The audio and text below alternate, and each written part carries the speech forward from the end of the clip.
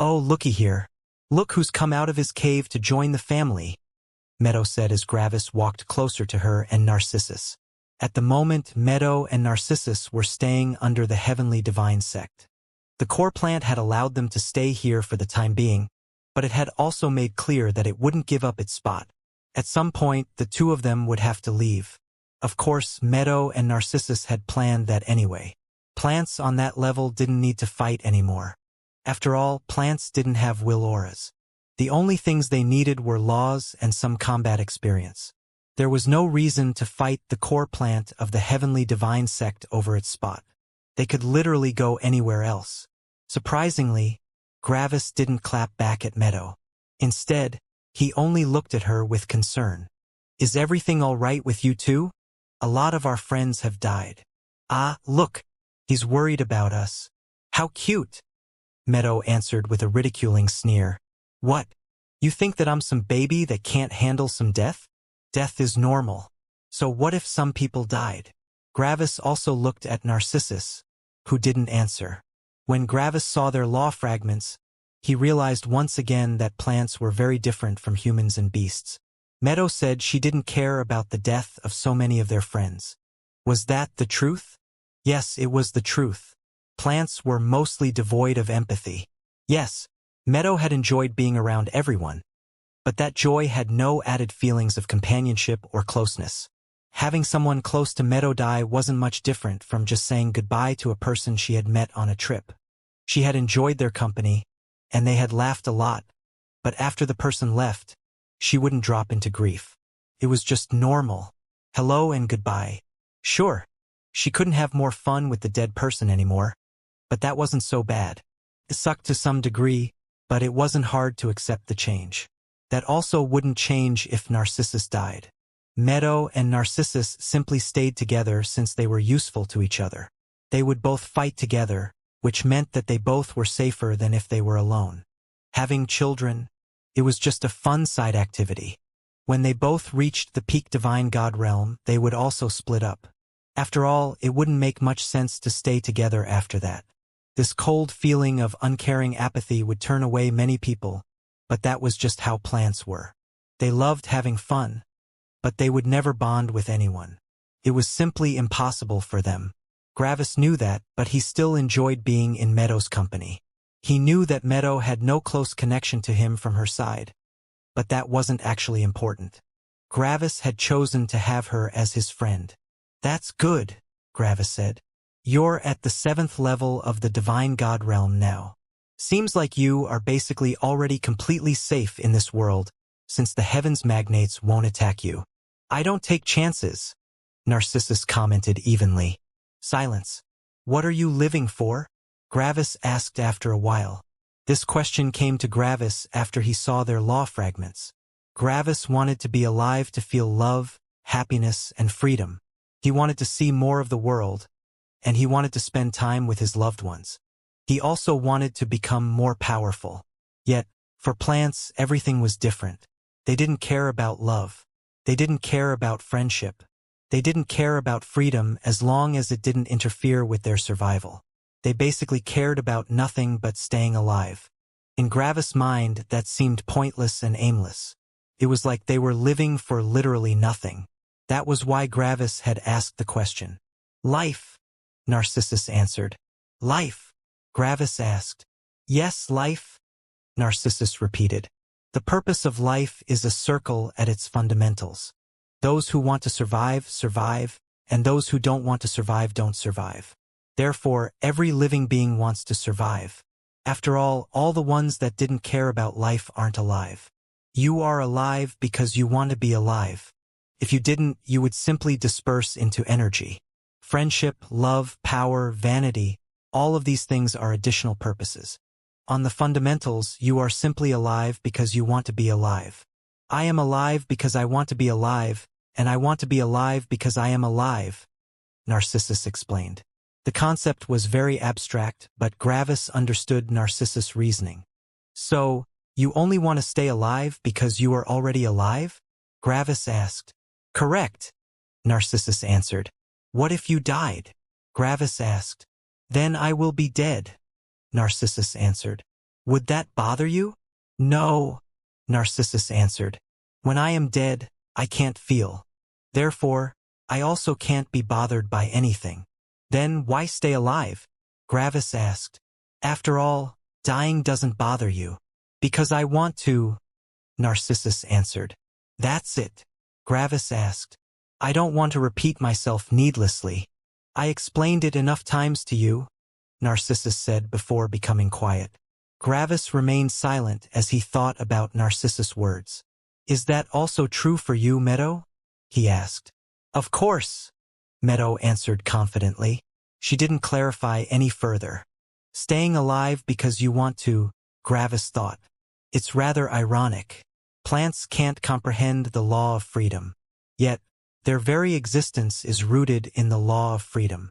Of course, I also want to stay alive because I want to, but I want to stay alive because of many different reasons. I rely on these other reasons to fuel my desire to survive. But plants don't need that. They simply live because they are alive.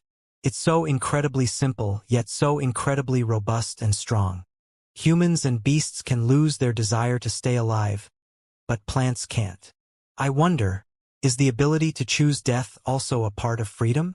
If I can choose wanting to die, would that mean I have more freedom? Yet, my desire to choose death would come from my other goals vanishing and being destroyed. Would it even be my choice at that point? Gravis knew a lot of powerful laws, and he had gained incredible insights into the truth of the cosmos. The plants couldn't comprehend the laws of perceived reality, but their existence is rooted very deeply in them. In order to stay alive, plants desired control and safety. Plants avoided danger. Plants also avoided suppression most of the time since suppression was often accompanied by danger and a lack of control. And freedom? The very reason for their survival was based on freedom. The plants were created with all the laws, just like every other living being. Yet, they couldn't interact or interface with one of the major categories. In the end, it all boiled down to one thing. The plants couldn't interact with the laws of perceived reality because Orthar had designed them that way. Orthar mainly focused on humans since he had given them a spirit and a will aura. These two things were important for Orthar's power since he could borrow the spirits and will auras from his cosmos and unleash them on the outside. Initially, beasts were designed as fodder for humans, but throwing away the very talented beasts would also be a waste of resources. The weaker beasts were destined to be fodder for humans, while the truly talented beasts reached the same importance as humans. And plants were there to support both humans and beasts. Plants were not interested in killing others for tempering, and they only wanted to become more powerful. Then, the plants would create law comprehension life fruits which they would exchange. Without the core plants, all the peak divine gods in the peak sects would only have half of their laws. After all, they relied a lot on the law comprehension life fruits of the core plants. Without them, it would become much harder to comprehend level 9 laws. Orthar took away the plants' ability to comprehend the laws of perceived reality to stop them from searching for more power. A spirit was also important to comprehending these laws. Yet, if they had a spirit, the plants would need to battle to increase their will aura, which would kill unripe crops for Orthar. At that point, the plants would just join the beasts and humans. So, it was better to have them as a support to beasts and humans. Gravis threw one last look at Meadow and Narcissus. They were level 7 divine gods now, and they weren't worried about anything anymore. They didn't need to stay hidden. If they wanted, they could leave the heavenly divine sect and could go wherever they wanted. The cultivation world no longer bothered them. Narcissus and Meadow had essentially reached their goal. From now on, they would simply continue living until their longevity ran out. Meadow and Narcissus had survived, and they had reached the end. They were on the top of the world now. Their journey to the top had ended because they had reached it. Glad to see you again, Gravis. I always knew that you would get through this, Manuel said with a smile when he saw Gravis. Glad to see you're doing well, Manuel, Gravis said with a smile. So, how does it feel? How does what feel? Manuel asked. Being at the top of the world, Gravis answered. Manuel looked into the distance with a complex expression. It doesn't feel much different from normal. I think that's mainly because I haven't truly been in this state for long enough. I still feel like I need to become more powerful, and I still feel like I have to increase the power of the heavenly divine sect even more. In the past, I always knew that there was an even higher world waiting for me. Because of that, I never truly felt like I was at the peak. But now, there is no higher world. I am in the highest world, and no new world is waiting for me. I'm just here, and I basically have no enemies left, at least not until more peak divine gods appear in the world. It's weird. It's like something I have been doing for my entire life suddenly vanished. In a way, I feel a bit aimless, Manuel explained. What's your goal? Gravis asked. A couple million years ago, I would have said that I wanted to become a heavens magnate, but I'm not so sure if I will ever reach that. Why are you so certain? Gravis asked. Manuel only smiled bitterly. Gravis, you know that I am a person with a great affinity for control. Logically, I would also want to learn about that one elusive law I still needed.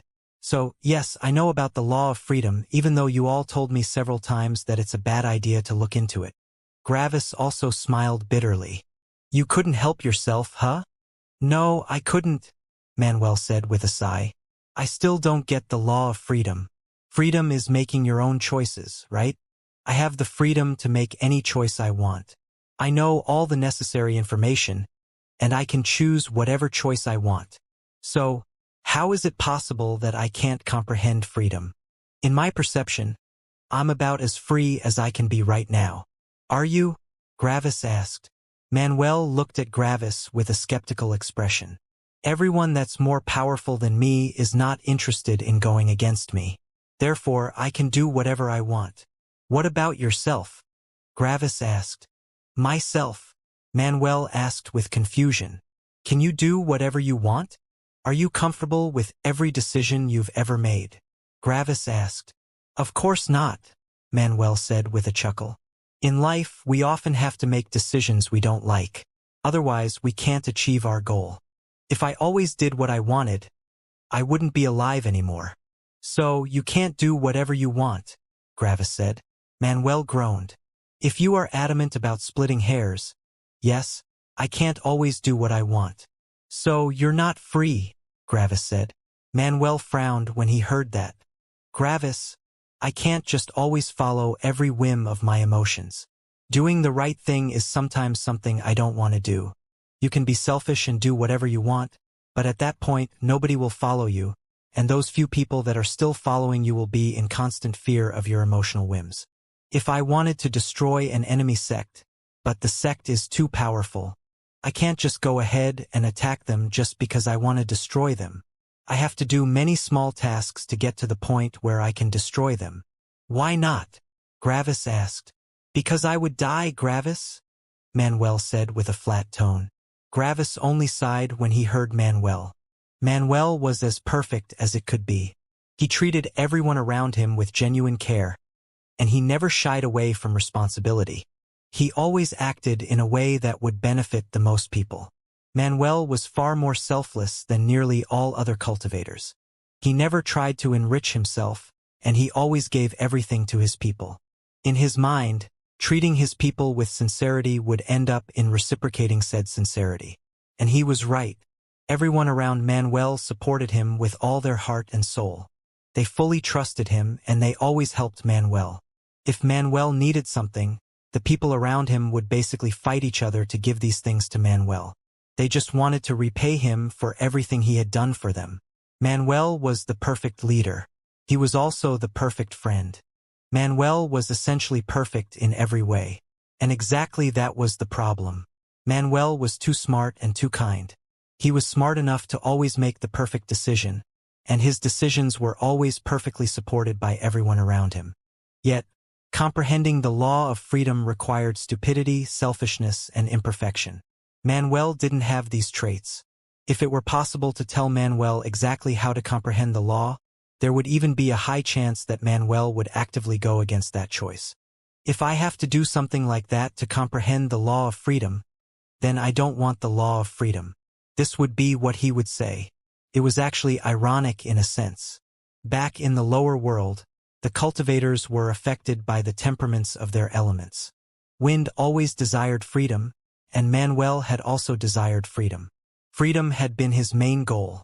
Yet, Manuel was unable to comprehend freedom. However, that was because Manuel's definition of freedom was off from the cosmos definition. In Manuel's mind, freedom meant freedom of choice, but the cosmos said freedom was doing what one desired. It was a subtle difference that almost bordered on trying to argue over nothing, but it was imperative. Manuel had achieved his goal of freedom. Sadly, he didn't achieve the cosmos goal of freedom. At this moment, Gravis realized that Manuel would never comprehend the law of freedom. Without the intervention of the opposer or Orthar, Manuel wouldn't be able to comprehend it. However, Manuel had managed to reach the very top of the world. He would soon become a level 9 divine god, and he had no enmity with the other level 9 divine gods. Manuel's journey had also come to an end, just like Meadows and Narcissus' journeys. All three of them would stop at the peak divine god realm. After this short conversation, Gravis dropped the subject, and the two of them only talked for a long while. Manuel was one of Gravis' closest friends, and he always had been. The two of them always had so much to talk about when they had time to talk with each other, and it was a joy to be around each other. Before Gravis left to visit his next friend, he threw one last comment at Manuel. "Get yourself a girlfriend. You have the time now." Manuel only smiled bitterly. After leaving Manuel, Gravis went to Azure. Azure and Mortis were together, but they weren't talking much. They didn't need to talk. Being in each other's company was enough. Azure had also come very far. Azure was very talented, and thanks to Mortis, she had also comprehended a terrifying number of laws.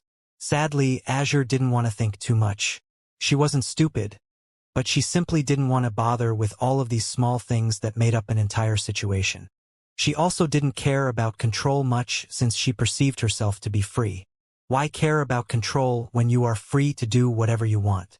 Yet, in comparison to Manuel, Azure still had a small chance of comprehending the law of control, but Gravis didn't talk about that topic. Gravis obviously wanted to help Azure, but he didn't need to. Mortis was already helping her. Gravis and Mortis didn't have much to talk about since they were basically always talking. The only thing they talked about was Mortis becoming his own being. They could now do it, but they decided against it for the time being. They were not in danger anymore, and the ability to share law comprehension was too good to give up. The two of them decided to finish the true law of the dead world first.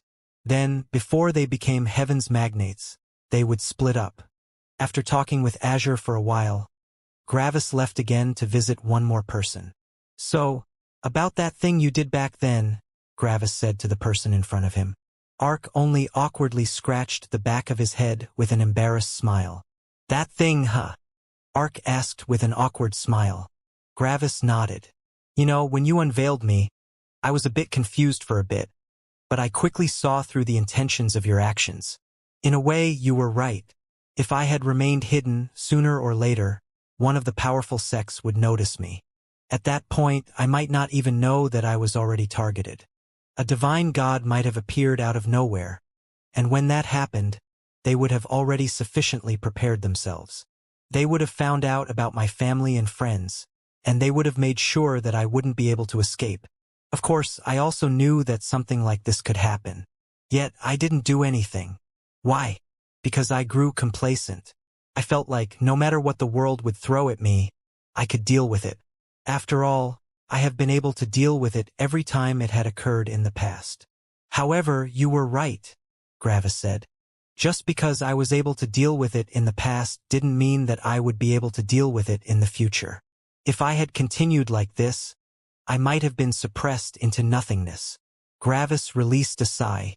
"But that doesn't change the fact that you essentially threw me into one of the most dangerous situations of my entire life. Additionally, I have been forced away from my loved ones for 3 million years. Even my son died during that time." Ark only looked at Gravis with an uncomfortable smile. "So, what are you going to do now?" he asked. Gravis looked at Ark for a bit. "Nothing," Gravis said. "Yes, I missed a huge chunk of my loved ones' lives, but they are still alive, and I can build new memories. Many of them have died, but if I had been noticed, none of them would be as powerful as they are now. They might even all be dead, Gravis said with a quiet voice. If one of the peak sects took all my loved ones into custody, I didn't know what I would have done. I'm not only living for myself, but I'm also not only living for them. Yes, I would feel incredibly guilty, and this would have been the hardest decision in my life, but I think I would have still escaped, even if it meant the death of everyone I loved, Gravis said with a pained expression. If I gave myself up, I would never have the opportunity to gain true freedom and true power. In essence, I would have sacrificed my life so that everyone else could live for a little longer. However, none of them would have ever been allowed to become powerful divine gods. In essence, if any of that happened, the path of everyone I loved and my own would have been cut off. So, if you hadn't interfered, either all of my friends would have died, including my children and Stella, or everyone, including myself, would have died. After all, it's not certain that I could have escaped. Gravis took a deep breath. I don't like to admit it. You went against my freedom, and you forced a decision upon me. Yet, you did the right thing, Gravis said. Thanks to you, I still have Stella, Azure, Manuel, Meadow, Narcissus, Xianxia, and Orpheus. Without you, I would be alone or dead. Gravis looked with a complex expression at Ark. It's hard to believe that I'm actually thanking someone that suppressed me in a way. Yet, the end result is a positive one, and you have also done this suppression with positive intentions. So thanks, Ark, Gravis said with a smile. Ark only smiled brightly. Does it feel familiar? He asked. Surprisingly, Gravis nodded. I know what you're referring to, and I can tell the difference. I'm not naive as you think, Ark. Ark nodded. Then that's good. Seems like I worried over nothing. Gravis also nodded. Oh, one more thing, Ark said. Keep in mind that your friends are also my friends. So, I didn't only do this for you but also because of them. I didn't want to see them die. Friends? Gravis asked with a raised eyebrow. You haven't even been around them until then. Haven't I? Ark asked with a knowing smile. I've been around them more than you think. They simply didn't know about it. You were? Gravis asked in surprise. Ark nodded. I like disguising myself and interacting with people. Sure, I went from sect to sect, but when I got bored, I often came to the small group of your friends. Why? Gravis asked. Don't tell me it's just because they are my friends. I don't think you are such a person. Of course not, Ark said. There are a couple of qualities that made it very interesting to me to watch them. First of all, they are around you, and everything around you tends to undergo overwhelming changes. Second, their talents were quite good. Not sure how you managed to do it, but many of them have impressive talents when it comes to cultivation. Lastly, it's their personalities. I told you that I like to go around and bait people into attacking me. That's mainly because I enjoy taking down hypocrites and arrogant idiots. Yet, in the group of your friends, I couldn't find anyone like that. Even more, since they were the leaders, the normal disciples also didn't reflect these qualities. I think all of that was mostly due to Manuel. Gravis nodded. Manuel is incredible as a leader. He really is, Ark said. If he were a bit older and more experienced, he could very well rival me. In a way, I also feel a connection with him, but one that's different from our connection. We two share the same goal. We want freedom and happiness. With Manuel, it's more of a similarity in personalities. In a way, Manuel feels a bit like a younger version of myself. Because of that, I'm interested in seeing him become powerful, Ark explained. Gravis could see the connection Ark was talking about. Manuel's and Ark's mannerisms were very similar. If they switched bodies, one wouldn't see a difference with only a short glance. However, after looking closer, one would feel the difference in their auras. Confidence. Manuel was confident in a lot of things, but the law of freedom was worrying him. Additionally, Manuel was always worried about the people close to him, which made him constantly reevaluate his actions and decisions. In comparison, Ark had no worries. It was like Ark was accepting everything that came his way. However, that confidence stemmed from the fact that everything that came his way also went his way. No one but Orthar or the opposer could rival Ark in terms of controlling the world. Ark was over 10 billion years old. To put that into perspective, Ark was literally over 1,000 times older than Gravis. This was the same difference in magnitude as the current Gravis when compared to the Gravis that had just gone to the higher world for the first time. Back then, Gravis had been a weak immortal. Now, Gravis was unrivaled below the heavens magnate realm. This same difference also applied to Gravis and Ark when talking about their ages. Ark controlled the world to an impressive degree due to his accumulated knowledge and experience. Gravis could very well see Ark as a far older version of Manuel. Ark essentially was what Manuel strived to be. "So, what are you going to do now?" Gravis asked. "Not much," Ark answered. "I still feel like I've just arrived in this world. It's like I haven't had the time to really settle in. But I think I will simply just do whatever I want until my longevity runs out. You know, due to me being a heaven, my creator doesn't want me to undergo tribulations. I would just waste one of the cultivators without gaining much. So, if I ever reach the time for my tribulation, I will essentially just die." Gravis raised an eyebrow. "I didn't know that." "It's fine," Ark said. "I already knew how everything would go when I accepted coming with you. Additionally, I am banking on you saving my life when it's time. I trust that you will be able to change how this cosmos works. I still have about 10 million years left in the Divine God realm, and then I have another 50 million years in the Heavens Magnate realm. So, it would be real cool if you could change the world in the next 60 million years. All right?" Ark said with a smile. Gravis sighed, but then he chuckled a bit. "I'll try my best." After that, the two of them only talked about random things. Even now, talking with Ark allowed Gravis to learn a lot of things. Ark's insights were incredible no matter what topic the two talked about. Eventually, the two of them parted again. After leaving Ark, Gravis went back to Stella. He had talked to everyone except for Orpheus, but that was only because Gravis didn't have an easy way to contact Orpheus. Back then, Gravis had destroyed all his communication equipment, and Gravis also didn't know where Orpheus was currently. Gravis could only wait for Orpheus to come to him first.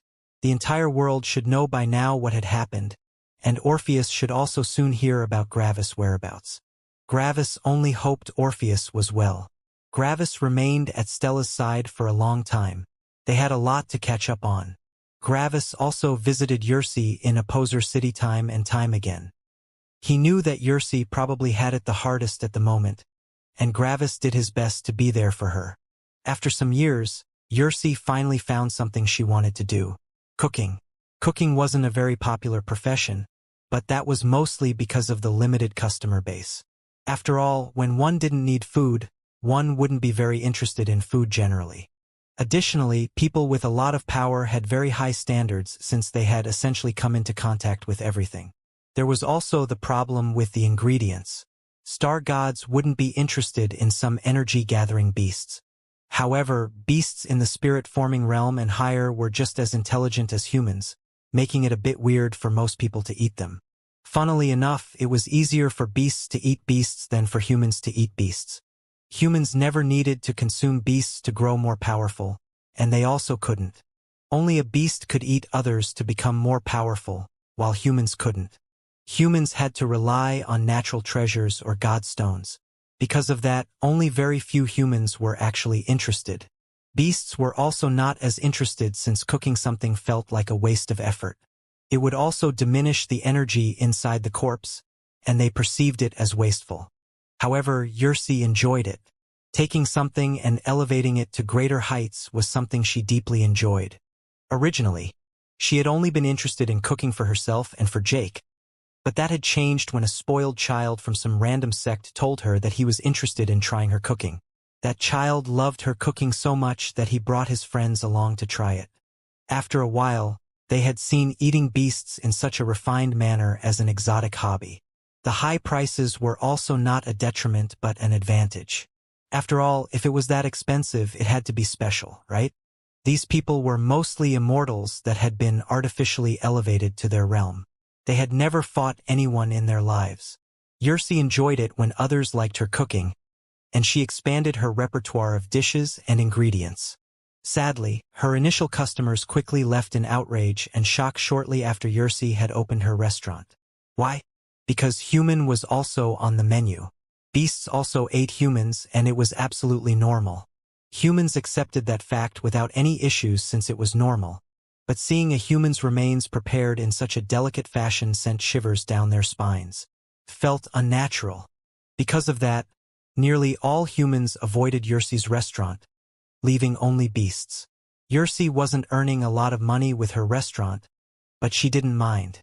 It was not a business to her but a hobby. As a divine god, she had enough money to keep the restaurant afloat until she died. It was simply something to kill time. As for where she got the ingredients from, she simply bought them.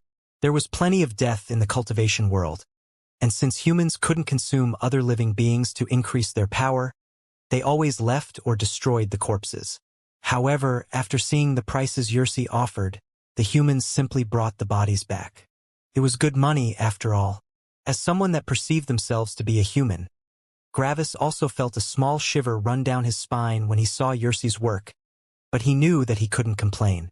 He had consumed enough humans in his life, just in a different way. However, it still felt weird to see Yursi cooking with her ingredient.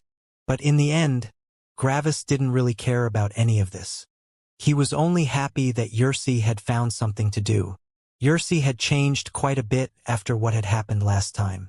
She had always acted like a happy little girl, but now, she mostly smiled. Her laughter had reduced by a lot. In a way, seeing Yursi like this reminded Gravis of Orpheus. Orpheus had laughed occasionally, but it had also not truly appeared heartfelt. It was like Orpheus was imitating being happy. After knowing what Orpheus had gone through, Gravis could understand. Orpheus' family had long since died, and he had waited for his death before Gravis convinced him to continue cultivating. In a way, the current Yursi was similar to the past Orpheus. It was the demeanor of someone that simply waited for their end. It hurt Gravis to see her like this, but he also knew that he couldn't do anything about it. Additionally, many things could happen in 10 million years. It was very possible that Yursi would find someone new that brought light to her life. Speaking of Orpheus, after a couple of years, he had come to visit Gravis, and his visit had shocked Gravis. Why? Because Lena was beside him. Lena, the previous sect master of the Eternal Fire sect. Gravis had been certain that Orpheus had killed everyone in the Eternal Fire sect, which was why he was so surprised to see Lena. Orpheus said with an awkward smile that Lena was the reason why he had avoided looking for Gravis for such a long time. After all, he knew that Gravis would have appeared in the opposer's home at some point, and Orpheus could go there without attracting suspicion. Orpheus explained that he had killed everyone, but when he came to Lena, he hesitated. Orpheus didn't go into detail, but apparently, something about Lena had reminded Orpheus of his dead wife. When Orpheus had come into contact with Lena in the past, he obviously hadn't been interested in her. He had even wanted to kill her for a long time. Yet, after Lena had talked to Gravis, she had changed quite a bit, and her mannerisms had become rather similar to Orpheus' dead wife. Apparently, Lena had had no idea why Orpheus had eradicated the entire Eternal Fire sect, and she had become even more confused when Orpheus had just left after keeping her alive. What followed were many years of them meeting each other again and again in awkward situations. She wanted to kill Orpheus while Orpheus was drawn to her. He wanted to know why Lena felt so similar to his dead wife. The next years essentially boiled down to one person trying to kill someone that was romantically interested in them. The atmosphere had been very awkward between them. Eventually, with Lena fully focusing on her power and Orpheus being so distracted, she had managed to close the gap in power between them. Orpheus would have won the fight, but he had hesitated too many times, and his heart hadn't been in the fight. Lena had the opportunity to finally kill Orpheus. She had to. He had killed her entire sect. But then Lena comprehended the law of freedom. Why? Because deep down she didn't want to kill Orpheus. Everything around her told her that she had to do it. She had essentially forced herself into that decision. But in the end, she decided against it. Why? Because she didn't want to. That's when they began talking. And eventually they ended up together. Yet, Orpheus had never disappointed Gravis during that time. One of the reasons why he had always stayed close to Lena was because he didn't want her to unveil Gravis' details. Additionally, he had always kept his reason for destroying the Eternal Fire sect a secret from her, even when they had been together. He had only recently unveiled the true reasons for his actions. From that moment onward, Lena hated Gravis. However, she knew that Gravis was too powerful for her. There was a chance for her to overcome Orpheus, but she knew that she would never overcome Gravis. So, eventually, she had given up. Yet, she still hated Gravis and she didn't want to come into contact with Gravis ever again. Gravis was only happy that Orpheus was happy. Everything had turned out okay, and Orpheus had still done a gigantic favor for Gravis. It didn't matter whom Orpheus was with. The most important thing was that Orpheus was happy. And sure enough, Orpheus was laughing way more than in the past. The two brothers spent a long time together, but Orpheus had to leave before he wanted since his new wife was getting impatient. After Orpheus left, Gravis also felt more hope for Xianxia. Orpheus managed to overcome everything, and Xianxia could do the same thing. She only needed time. Then a long time of peace followed. Gravis spent all his time with everyone around him. These were the last friends he had left, and he enjoyed being around them. Of course, most of the time Gravis was with Stella. And then, for 100,000 years later, Mortis contacted Gravis. Enough time had passed. It was time for the last push. Time to focus on the true law of the dead world. After having spent so much time with Stella, Gravis decided to commit to the last push. He already knew 3 of the 4 main laws. He already was a level 9 divine god. His will aura had already reached the power of a heavens magnate. There was nothing left but the law of the dead world, the easiest main law. Of course, Mortis helped Gravis in comprehending the laws. They would fully focus on the laws, and they would only occasionally come back to take some breaks. Gravis went on to finish the mixed elemental laws related to 0, while Mortis focused on the pure level 9 elements. By now, Gravis' comprehension speed had been pushed to the absolute limit. He had the strongest spirit available since he was a level 9 divine god. He had Mortis. He had elemental synchronicity. And lastly, he knew all the other main laws, which gave him a terrifying amount of experience when it came to comprehending laws. So, how long did the first level 8 law take Gravis to comprehend? 20,000 years. Just 20,000 years. How little were 20,000 years? Most people would need 20,000 years to comprehend a level 6 law, but Gravis managed to comprehend a level 8 law in that time frame. With a longevity of 10 million years, Gravis could theoretically comprehend 500 level 8 laws before his tribulation arrived. And Gravis only needed 20 more 18 level 8 mixed elemental laws and the 2 temperature laws.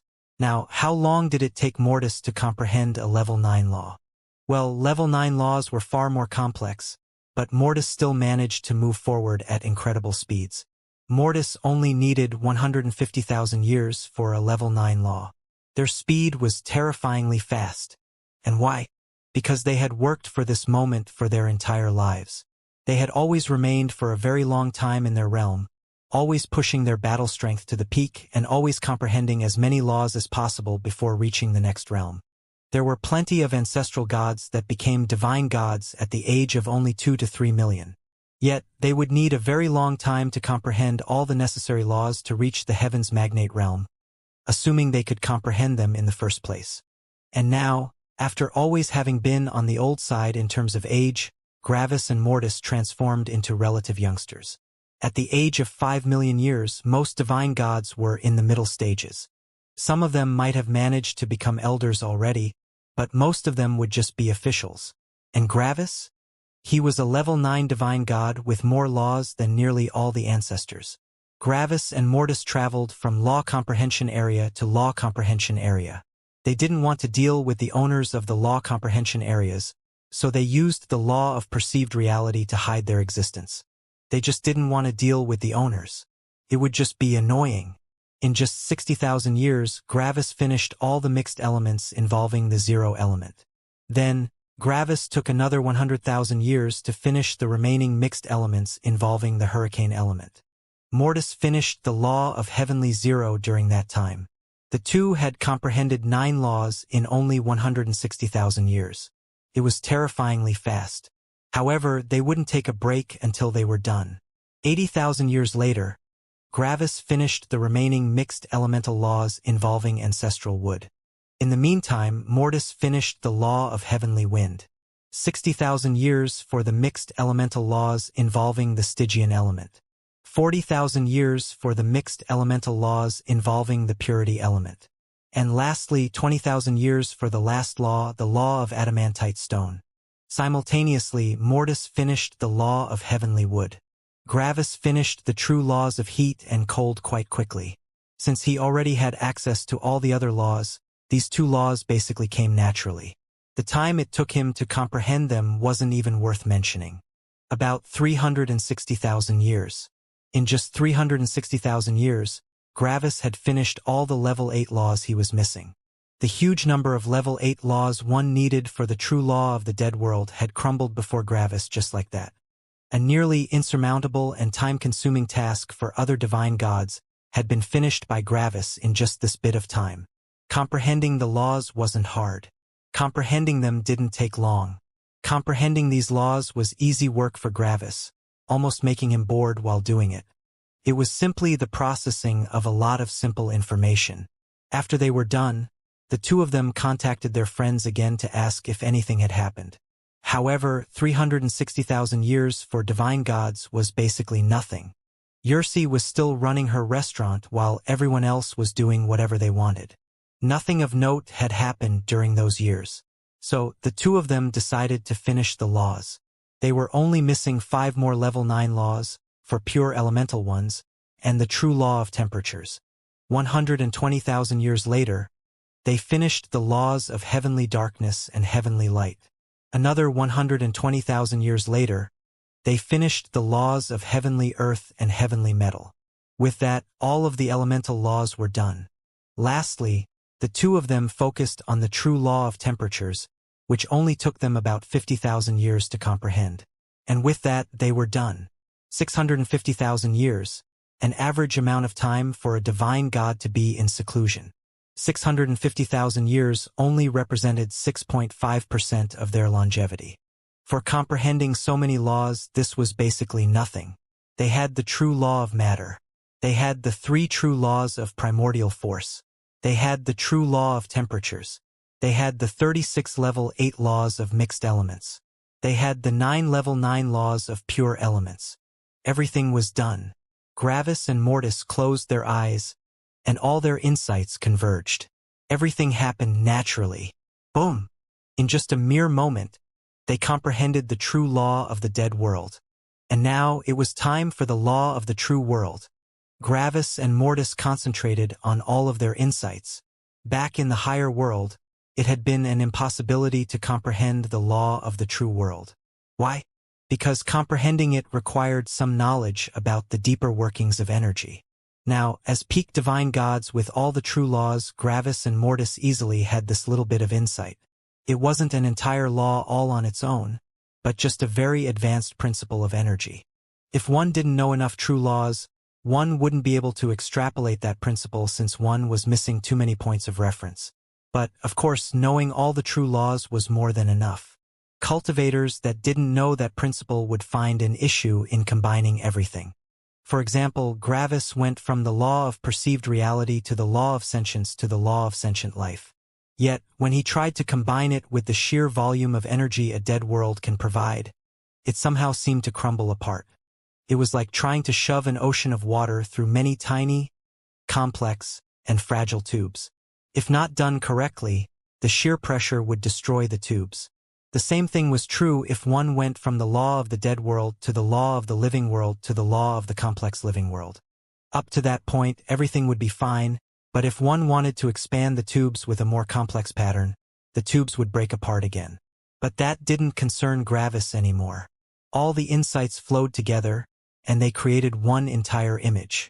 The level 1 laws flowed into the level 2 laws, which flowed into the level 3 laws, and so on. The number of the laws underwent 3 repetitions, all with very similar patterns. That was until one reached the peak. Like the trunk of a tree, the long, wide, and stable line narrowed into a single point.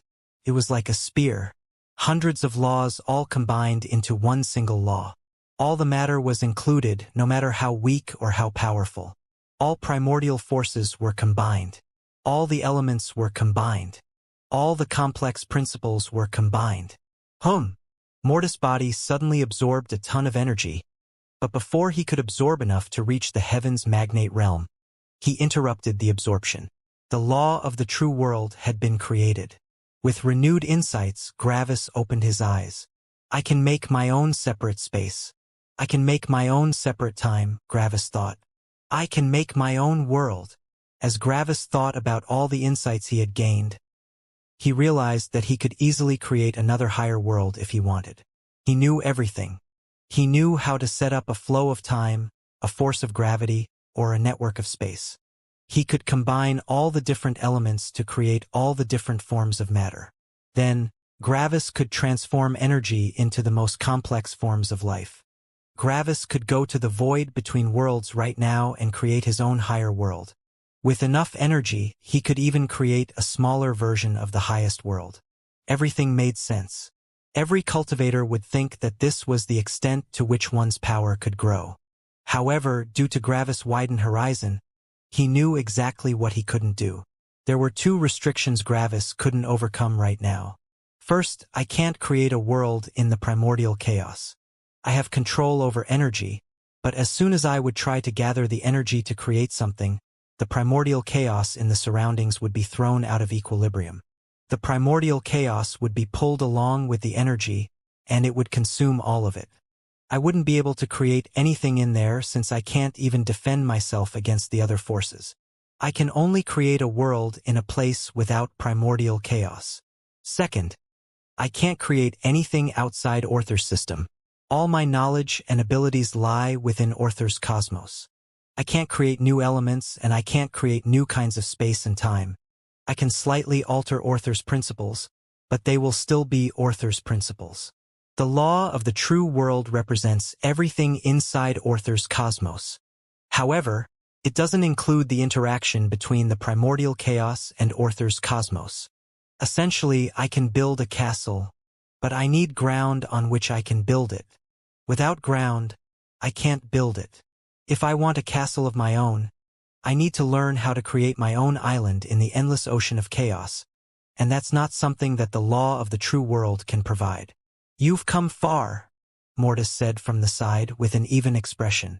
We've come far, Gravis corrected. Was it truly us? Mortis asked. Wasn't it?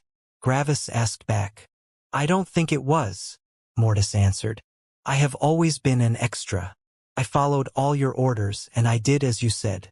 That we managed to reach this point is all thanks to you. You do realize that I would be dead without you, right? Gravis asked. Just because you need an arm to survive doesn't mean that the arm controls the situation, Mortis said. You are honestly looking at all of this with way too much cynicism, Gravis said with a snort. You were the one that supported me when I was afflicted with the sin aura. You were the one that controlled the battles when I emulated the mindset of the Avatar of Death. You have had plenty of control over both of us. Sure, I might have had more control, but the 99% still need 1% to reach 100%. You have a choice in everything, Gravis said. You believe that your impact is negligible, but for people at our level, these tiny impacts make all the difference. Everyone at our level has come infinitely close to perfection, but no one has reached it. Remember, Mortis, Gravis said. You have a choice in everything. If you believe that a road might lead to an end, you can decide not to walk the road. When Gravis said these words, the atmosphere between Gravis and Mortis transformed. It was like a hazy air that no one had noticed until now had been broken, creating one infinitely clear picture of the present. Mortis knew what Gravis meant. After a bit, Mortis looked away into the distance, a complex expression on his face. Then, Mortis' expression turned into a hurt one filled with remembrance. Gravis knew exactly what Mortis was thinking about. By pulling the veil away from reality, Gravis had left the game. For just an instant, Gravis and Mortis had looked at each other as their real selves. Gravis had advised Mortis outside the game. For a long time, Mortis only looked with a complex expression at the horizon. Then his gaze turned to the ground. You do not wish to wake up? Mortis asked. Of course I don't, Gravis said with a sigh. However, do I have a choice? Then Mortis looked at Gravis. Then, do I have one? Gravis only looked away with discomfort. A long period of silence passed. It's time for us to split apart, Mortis said. Gravis slowly nodded. It is. Mortis remained silent as he only closed his eyes. Gravis would have to be the one to sever their connection. Gravis looked at Mortis and concentrated on his own world. He felt a resonance come out of Mortis. The resonance was Mortis himself. Gravis was only focusing on his own world, but currently, his entire world was also Mortis. This was what he was about to change. Gravis focused on gathering as much energy as he could. When Gravis started focusing, Mortis began to absorb energy in an unending stream. The draw of energy went across the entire highest world. Divine gods all opened their eyes at the same time as they all looked towards the same point in the highest world.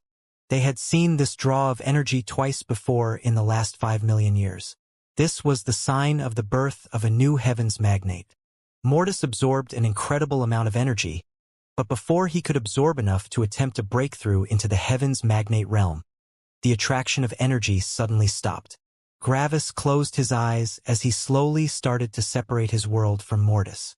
It was like Gravis was cutting away tissue from inside another person. However, at the same time, Gravis was replacing the destroyed tissue with new tissue. It was essentially the same tissue but without the connection with Gravis. Gravis slowly flew closer to Mortis. The connection was nearly severed. Then, Gravis put his hand on Mortis' back. Bang! Mortis suddenly exploded into pure energy and laws. Usually, doing something like this was impossible, but since Mortis wasn't resisting, it became easy for Gravis. It wasn't any different from pulling apart the different parts of a sword. From one whole being, Mortis had been transformed into uncountable pieces of pure principle. Everything that defined Mortis was now before Gravis, separated into different parts. And in the middle of all of these parts was a small world. It was Gravis' star. A divine god star took on the shape of a black hole. The black hole symbolized the absorption of principles and laws to become whole. It would continue to consume until it was full. However, Gravis' star was already full and complete. Because of that, the black hole had transformed into a new shape. A world. It was a small, illusory world. It represented the very principles of a world. Gravis' world pulled away from Mortis. Then, Gravis pointed towards Mortis' side. An unfathomable amount of energy was pulled out of all the different parts of Mortis. This was the energy Mortis had absorbed just moments prior. Gravis had to fully concentrate on creating Mortis' world. Mortis would become his own being, and for that, he needed his own star. The law of sentient life was the principle that dictated the creation of a star. With enough energy, Gravis could generate as many stars as he wanted. As Gravis created Mortis' world, he started to combine it with Mortis components. After a couple of minutes, Gravis had intrinsically connected Mortis' world with his being. After Gravis was done, he released a sigh. Then he focused on Mortis. Gravis took all the different components of Mortis and fused them together.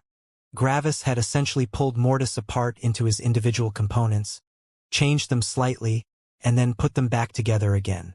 All the principles and laws that had been Mortis combined again until a new Mortis stood in front of Gravis. Then Gravis made Mortis will move. Mortis will moved throughout his being as it took command of everything concerning the being called Mortis. Finally, for the first time, Mortis, the real being, opened his eyes. Mortis looked at his own body and then at his world. At first glance, Mortis' world looked just like any other world. Yet, only a few people knew that Mortis' world was made entirely out of heavenly lightning.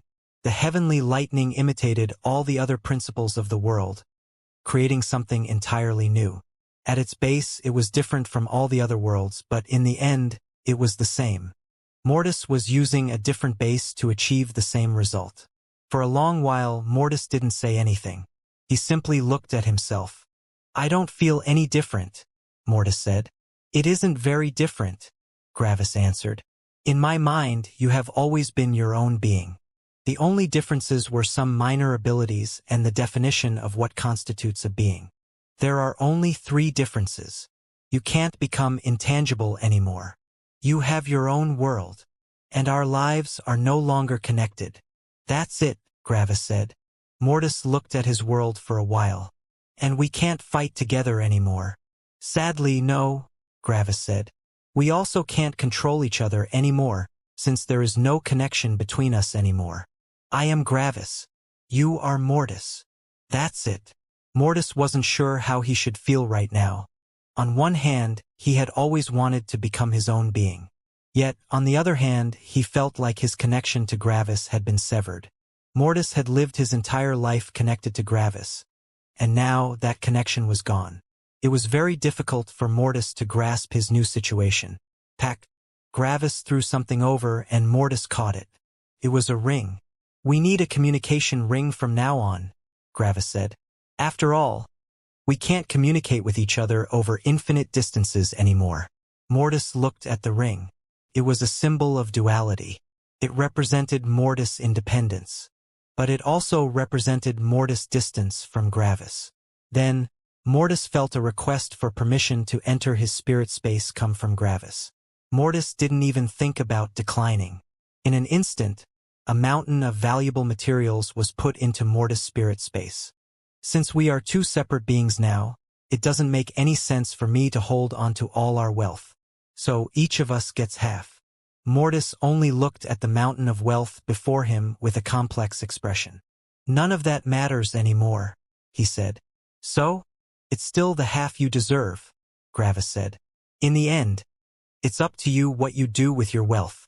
Mortis didn't answer as he only looked at the mountain of wealth.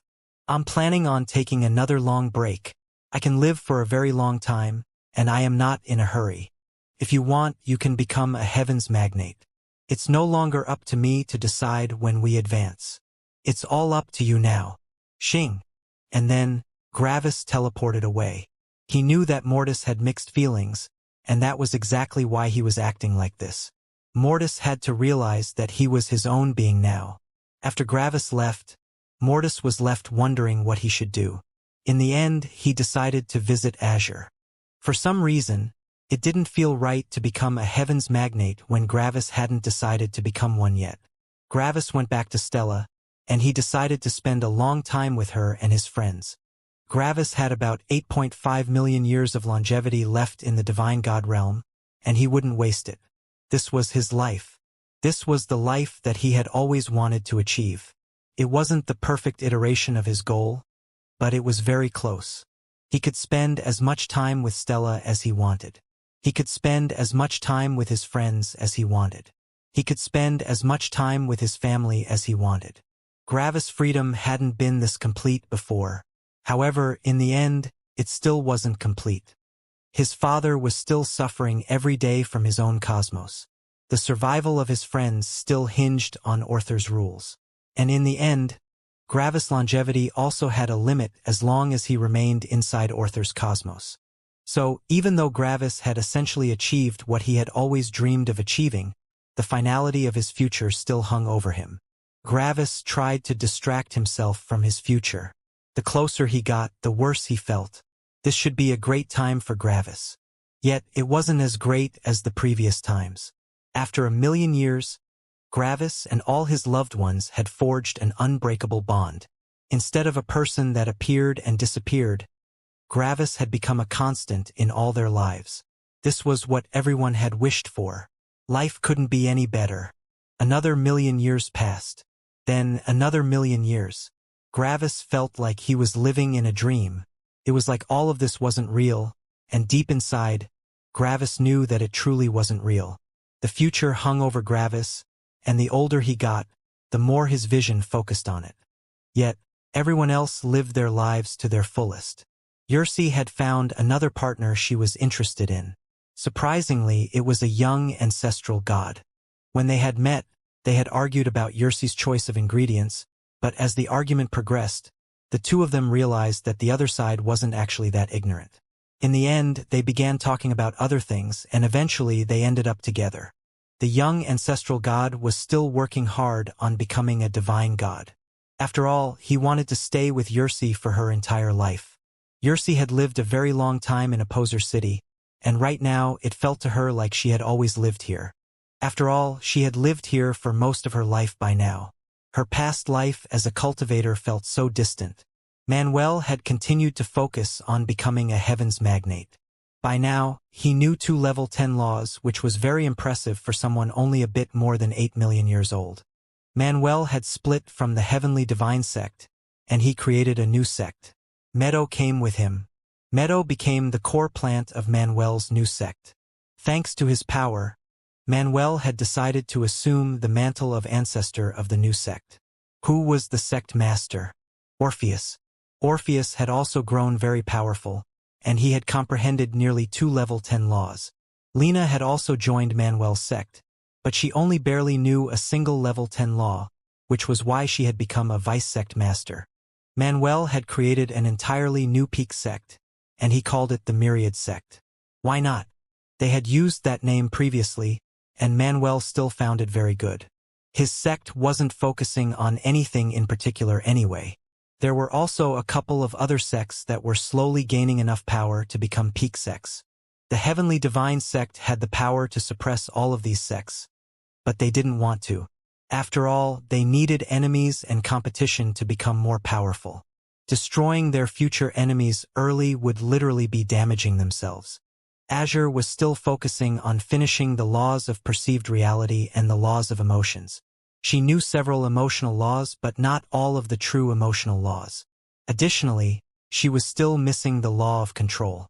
Meanwhile, Stella had already comprehended the law of the true world. She had already known the law of sentience when Gravis had returned, and it hadn't taken her much time to learn the remaining laws of perceived reality. The life laws and the laws of the dead world came from Gravis. Gravis and Stella could become heaven's magnates whenever they wanted. As for Narcissus, nobody knew where he was. He was probably sitting in some isolated location, just living. He was just living. That was enough for him. Ark had also essentially vanished, but Gravis could still contact him whenever he wanted. Ark was simply traveling around the world, doing whatever he wanted. Being in the highest world was like a vacation for Ark. Then, another 1,000,000 years passed. Nothing much had changed during that time. Everyone was essentially still doing the same things. A lot of time had passed for everyone, but for Gravis, it felt like not much time had passed. This was the effect of the many samsaras Gravis had been through and of the finality of his future. When Gravis realized that he was approaching his 10 millionth birthday, he felt like it wasn't real. 10 million years. It didn't feel that long. It felt like, just moments ago, Gravis had the entirety longevity of the divine god realm left. 10 million years. That was so long. But now, Gravis had already gone through half of his remaining longevity in the divine god realm. 5 of the 10 million years had passed. Gravis looked back at the time he had spent with Stella and everyone else, and he realized that it hadn't been as great as he had always imagined it to be. And he knew why. The future was pressing heavily down on his shoulders, and it stopped him from enjoying his current life. "How much longer are you going to wait?" Stella asked from behind of Gravis with a sigh. "I still have 5 million years left," he said. "And what's the use of these 5 million years?" Stella asked with concern. "Gravis, we have the deepest connection imaginable. I can feel that you are not happy." Gravis took a deep breath and released it, but he didn't answer. "Gravis, you can't wait forever. The sooner you put your worries to rest, the sooner you can begin to live. Mortis has already become a heavens magnate over 3 million years ago. Do you want to let him wait for that long?" After a while of silence, Gravis turned around and deeply embraced Stella. Sometime later, they parted. "Fine," Gravis said with a bitter smile. "I'll become a heavens magnate soon." The two of them spent the last day together, and then Gravis teleported away to become a heavens magnate. After Gravis left, tears appeared in Stella's eyes. She didn't know what exactly it was that made Gravis worry this much, but she could feel his emotions. She could feel all the emotions Gravis felt, and she felt incredibly hurt whenever she felt them. It felt like Gravis was slowly walking to his death. Gravis went to Opposer City. He thought it would be fitting to make his breakthrough to the Heavens Magnate realm in the very city he had been born in. Just like Master Linus, Gravis stopped above the city as he looked at it. As Gravis looked at the city below him, his entire life flashed through his head. Back when he had just been a kid, he hadn't even known what cultivation was. He had also loved watching the Sky community, although he hadn't been able to visit it. The people in the Sky community had appeared like gods to Gravis back then. They could fly through the air, and they had essentially built an entire city in the sky. It was wondrous. Then, when Gravis had returned from the lower world, he had been able to visit the Sky community. However, he had still been at the bare minimum in terms of power. He could enter the Sky community, but it definitely wasn't safe for him to be there.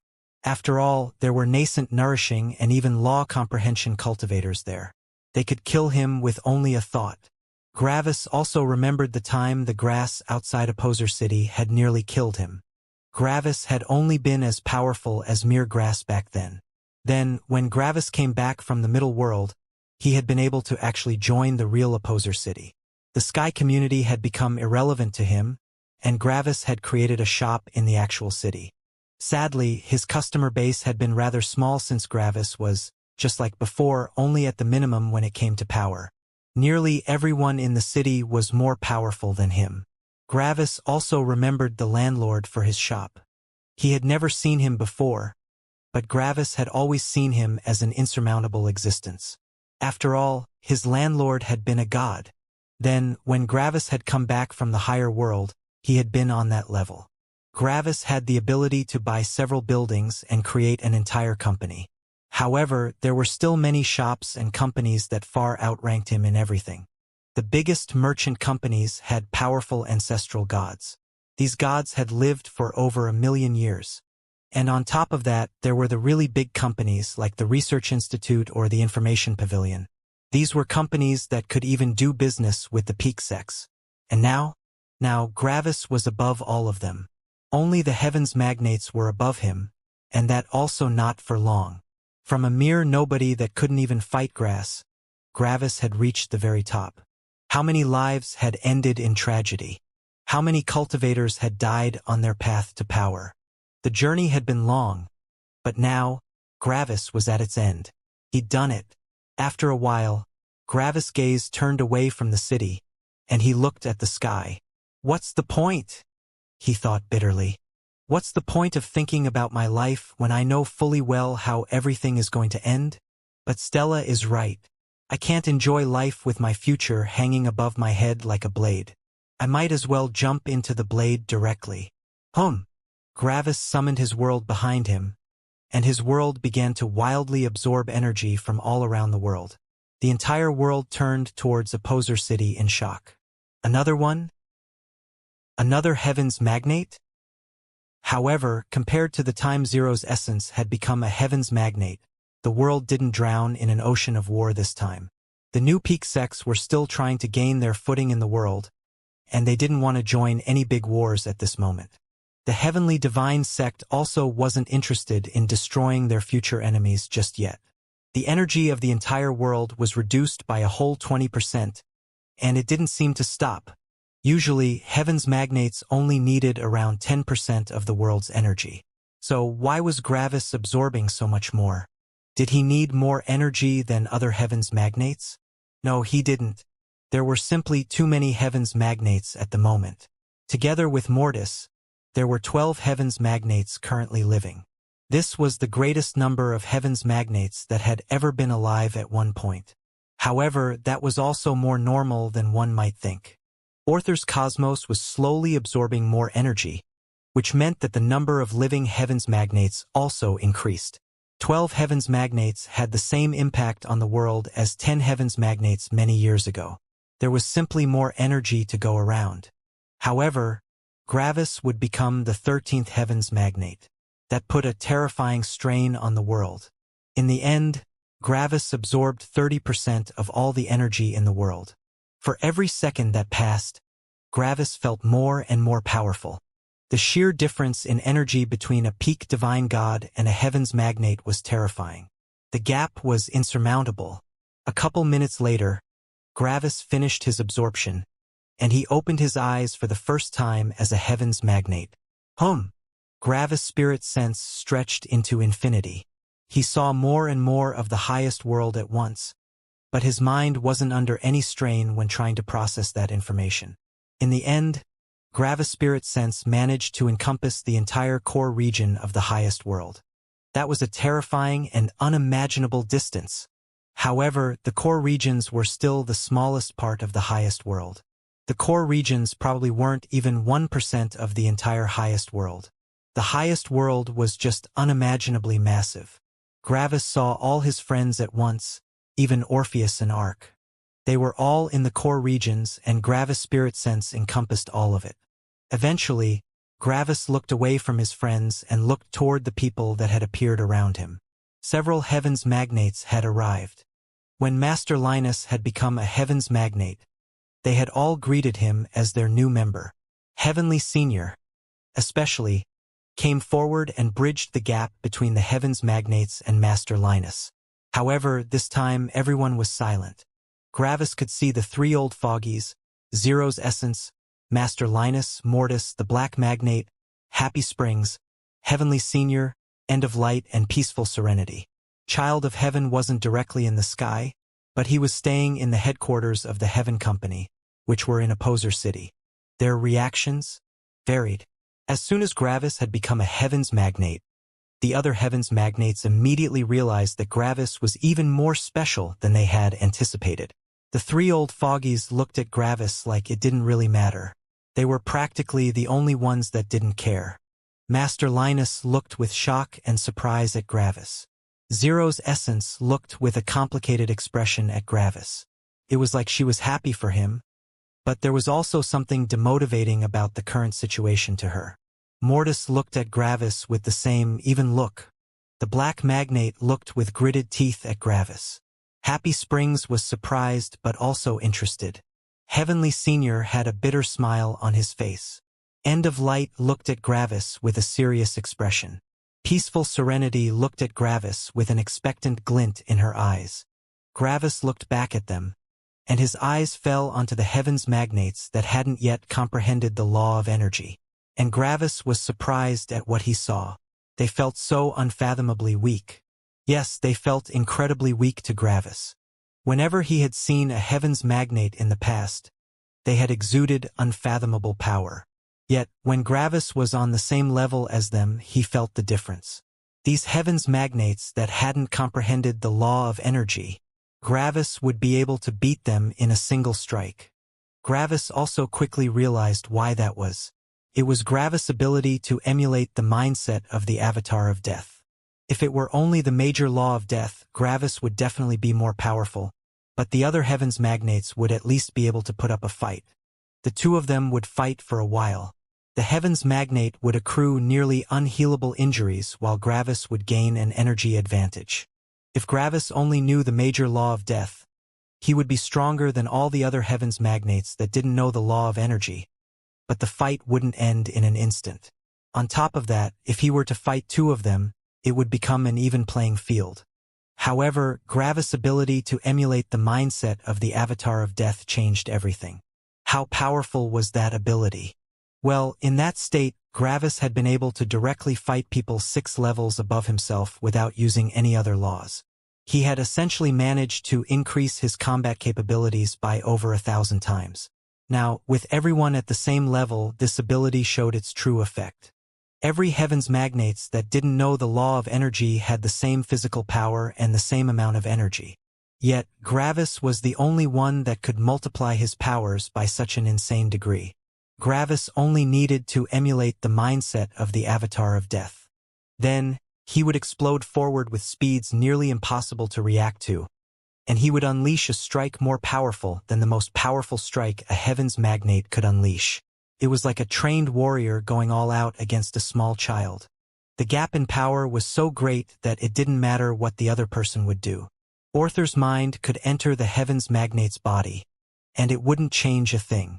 Even someone as unfathomably brilliant and intelligent as Orthar wouldn't be able to resist such an attack with only this much power.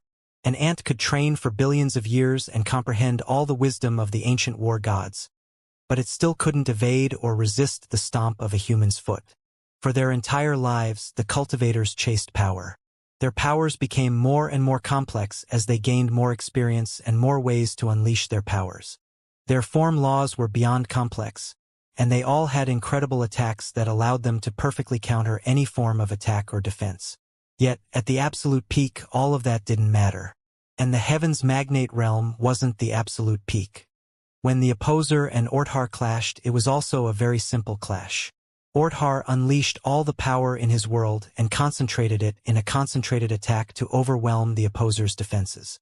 In turn, the Opposer gathered all his energy and death, creating a huge explosion of brutality. The clash was very direct, and there wasn't much complexity to it. It was simplicity. However, it was simplicity based on comprehending the peak of complexity. Orthar had created this incredibly intricate and complex law system, and only when one managed to comprehend everything would one be able to combine all their insights into a single attack. It was that attack that decided life or death. It was like an incredibly advanced weapon. A person only needed to press one button to level an entire country. Pressing one button to do that was also the peak of simplicity. However, the complexity took place in the background. The concept, creation, development, and building of the weapon were the complex part. All the complex parts had been perfected into a single weapon that could be unleashed with only one button. The same thing was true for Heaven Breakers. The cosmoses of the most powerful Heaven Breakers had incredibly complex laws that were incredibly difficult to comprehend. Due to that difficulty, the cosmoses also needed to be managed in such a way that the residents actually reached that power. After all, a Heaven Breaker needed the beings in their cosmos to know these things. Otherwise, the Heaven Breakers couldn't borrow their powers. Creating the cosmos, creating the laws, managing it, creating the perfect atmosphere to practice them, and so on and so on. After managing everything for an unfathomable amount of time, the Heaven Breaker would finally gain the ability to unleash an insane amount of power in only a single attack. Complexity that transformed into simplicity. This was the true peak of power. The Heaven's Magnates were still working on their complexity. Only when they had comprehended the law of the cosmos would they be able to slowly work on their simplicity. But Gravis? Gravis had already reached that step. He didn't need laws. He only needed energy and death. When energy and death touched each other, they vanished from existence. However, they couldn't just vanish like that. After all, everything had a certain amount of power inside it. So, when energy and death canceled each other out, this destructive power would be unleashed. The energy and the death would stop existing, but in exchange, all their saved-up power would be unleashed into the surroundings. If one only used energy, it was impossible to reach that power unless one used magnitudes more energy. If one only used death, it was impossible to reach that power unless one used magnitudes more death. Only by combining both could one unleash such power. After feeling the weakness of the other Heaven's Magnates, Gravis realized many things. He also remembered his own Void Lightning. Void Lightning, huh? Gravis had believed that his Void Lightning would be able to increase his power by a lot. After all, his Void Lightning allowed Gravis to grant all the laws the speed of lightning. Yet, it had turned out to be irrelevant. Void Lightning was a different form of energy, but it was still just that, energy. It was simply an addition of complexity. It was only one of the components. Energy represented all of the life inside Orthar's cosmos, but the entirety of living existence was but one small part in the grand scheme of things. Gravis knew the difference between death and energy. Death was destructive chaos. It liked to do whatever it wanted. In a way, death was also entropy. Death desired to be in a flowing state in which it could unleash its power whenever it wanted. In comparison, energy was order. Energy didn't like to change its rules much. When it settled into one state, it generally remained in that state. Because of that, energy could be used to create life. If one tried to use death to create life, the life might turn into pure death at any moment. Because of that, the sin monsters also had an energy component to them. Death might also change between its normal form and something that resembled life from time to time, but it would never remain in these states. Death did whatever it wanted. Gravis had always believed that his void lightning was special, but after comprehending all of this, he realized that it actually wasn't anything special. Void lightning was simply the basic template Orthar had used to create lightning. Orthar had simply changed the properties of energy until it acted like lightning. After that, one would only need to add some more attributes and one had lightning. Void lightning was only the blueprint for all forms of lightning. It wasn't on the same level as energy and death. Energy and death were two fundamental opposites. Death was chaos. Energy was order. And because of that order, energy was the very foundation of everything alive. The eyes of the heavens magnates opened in terror and shock.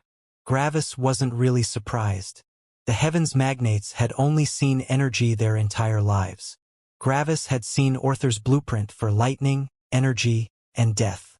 Comprehending the properties of something without comparing it to something contrasting was difficult.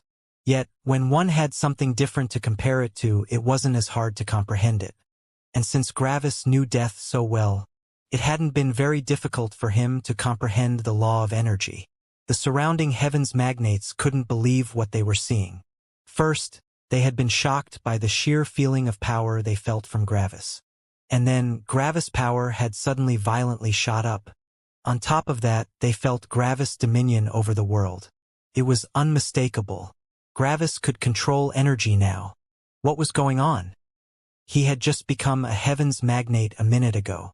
Yet, in only a single minute of being a heavens magnate, Gravis' power had reached the same level as peaceful serenity and child of heaven.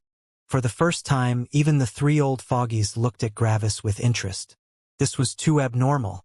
Maybe there was finally a chance to get out of this never-ending nightmare of stagnation? Master Linus looked at Gravis with absolute shock. He had known that Gravis was special, but this topped everything he had ever imagined. When Zero's essence saw Gravis, she involuntarily got reminded of her father. As Gravis stood before her in the air like this, she felt like she was standing in front of her father. The opposer always exuded this dark and destructive aura around him. And only when Zero's essence had reached the heavens magnate realm was she truly able to somewhat comprehend this aura. It was like her father was using some form of forbidden power. And now, she felt like Gravis was also using this forbidden power. When people looked at the opposer, they felt like the opposer shouldn't exist. His every existence was contradictory to what they had come to know as reality.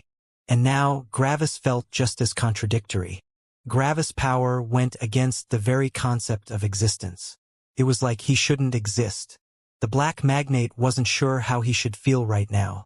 He had always seen Gravis as a nephew, and he had been happy when Gravis had finally joined his level. The black magnate could show Gravis around, and they could finally talk as equal beings. Yet, when Gravis had become a heavens magnate, he had already reached the power of the black magnate. Because of that, the black magnate had felt a bit frustrated earlier. He had wanted to show Gravis around as a senior. He wanted to show Gravis all the things. And now, Gravis had exploded even more with power, easily overtaking him. It was such a strange feeling. Just minutes ago, the black magnate had the ability to kill Gravis with a slap. And now, Gravis had the ability to kill the black magnate with a slap. It was so strange. The black magnate had watched Gravis for a huge part of his life, and the black magnate had always rooted for the young and weak cultivator. But now, that young and weak cultivator had already overtaken the black magnate. It was hard to wrap his head around the current situation. Happy Springs felt a cold shiver run down her spine. She had intended to play around with Gravis and pull some pranks on him, but Gravis had already overtaken her in power. Even more, Gravis exuded some kind of aura that made Happy Springs fearful. Not even peaceful serenity or child of heaven exuded such an aura. Peaceful serenity simply felt like a person that was about to leave due to her incredible power. It was like she had graduated from life. Because of that, peaceful serenity felt like an ancient senior. Child of heaven simply felt like a superior. It was like he was the supervisor over existence. Happy Springs couldn't imagine becoming child of heaven's friend because of that. Simply didn't feel right. But Gravis felt like he shouldn't exist. It was like interacting with Gravis was interacting with a taboo. She felt like she should avoid all contact with Gravis. It was for her own good.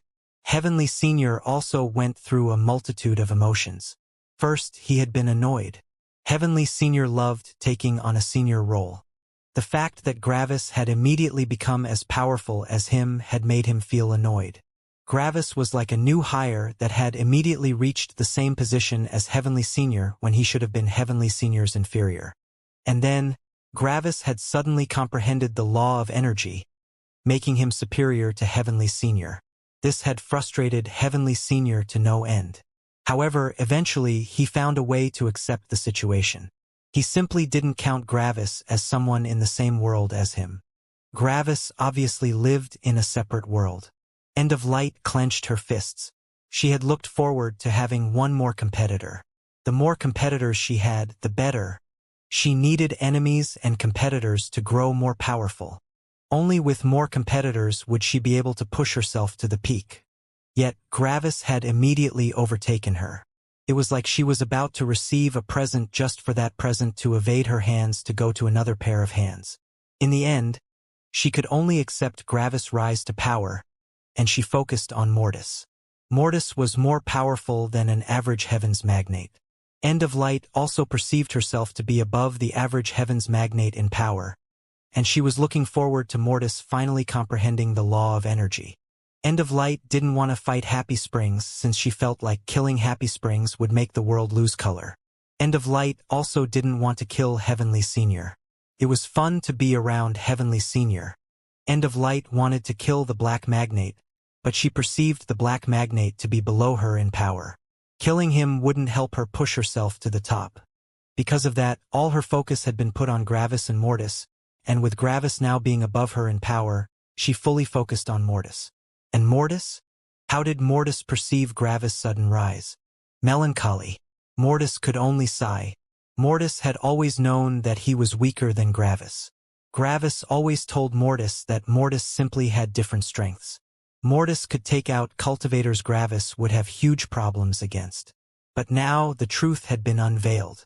When Gravis had become a Heavens Magnate, Mortis had immediately felt the difference. When Gravis had perceived all the Heavens Magnates that didn't know the law of energy to be incredibly weak, it had included Mortis. Mortis couldn't emulate the mindset of the Avatar of Death. Mortis was made of heavenly lightning, and heavenly lightning's temperament still influenced Mortis. Changing his mindset meant losing his lightning, which meant losing his very existence. Yet Mortis had already expected Gravis to be more powerful than him. So, when he had felt Gravis' overwhelming power, he had already seen it coming. But deep inside, he had wished that it wouldn't be like this. Sadly, reality couldn't be changed. However, when Gravis also directly comprehended the law of energy, Mortis felt a heavy hit. Mortis had been a Heavens Magnate for over 3 million years. Yet, he hadn't even come close to comprehending the law of energy. It was simply too difficult.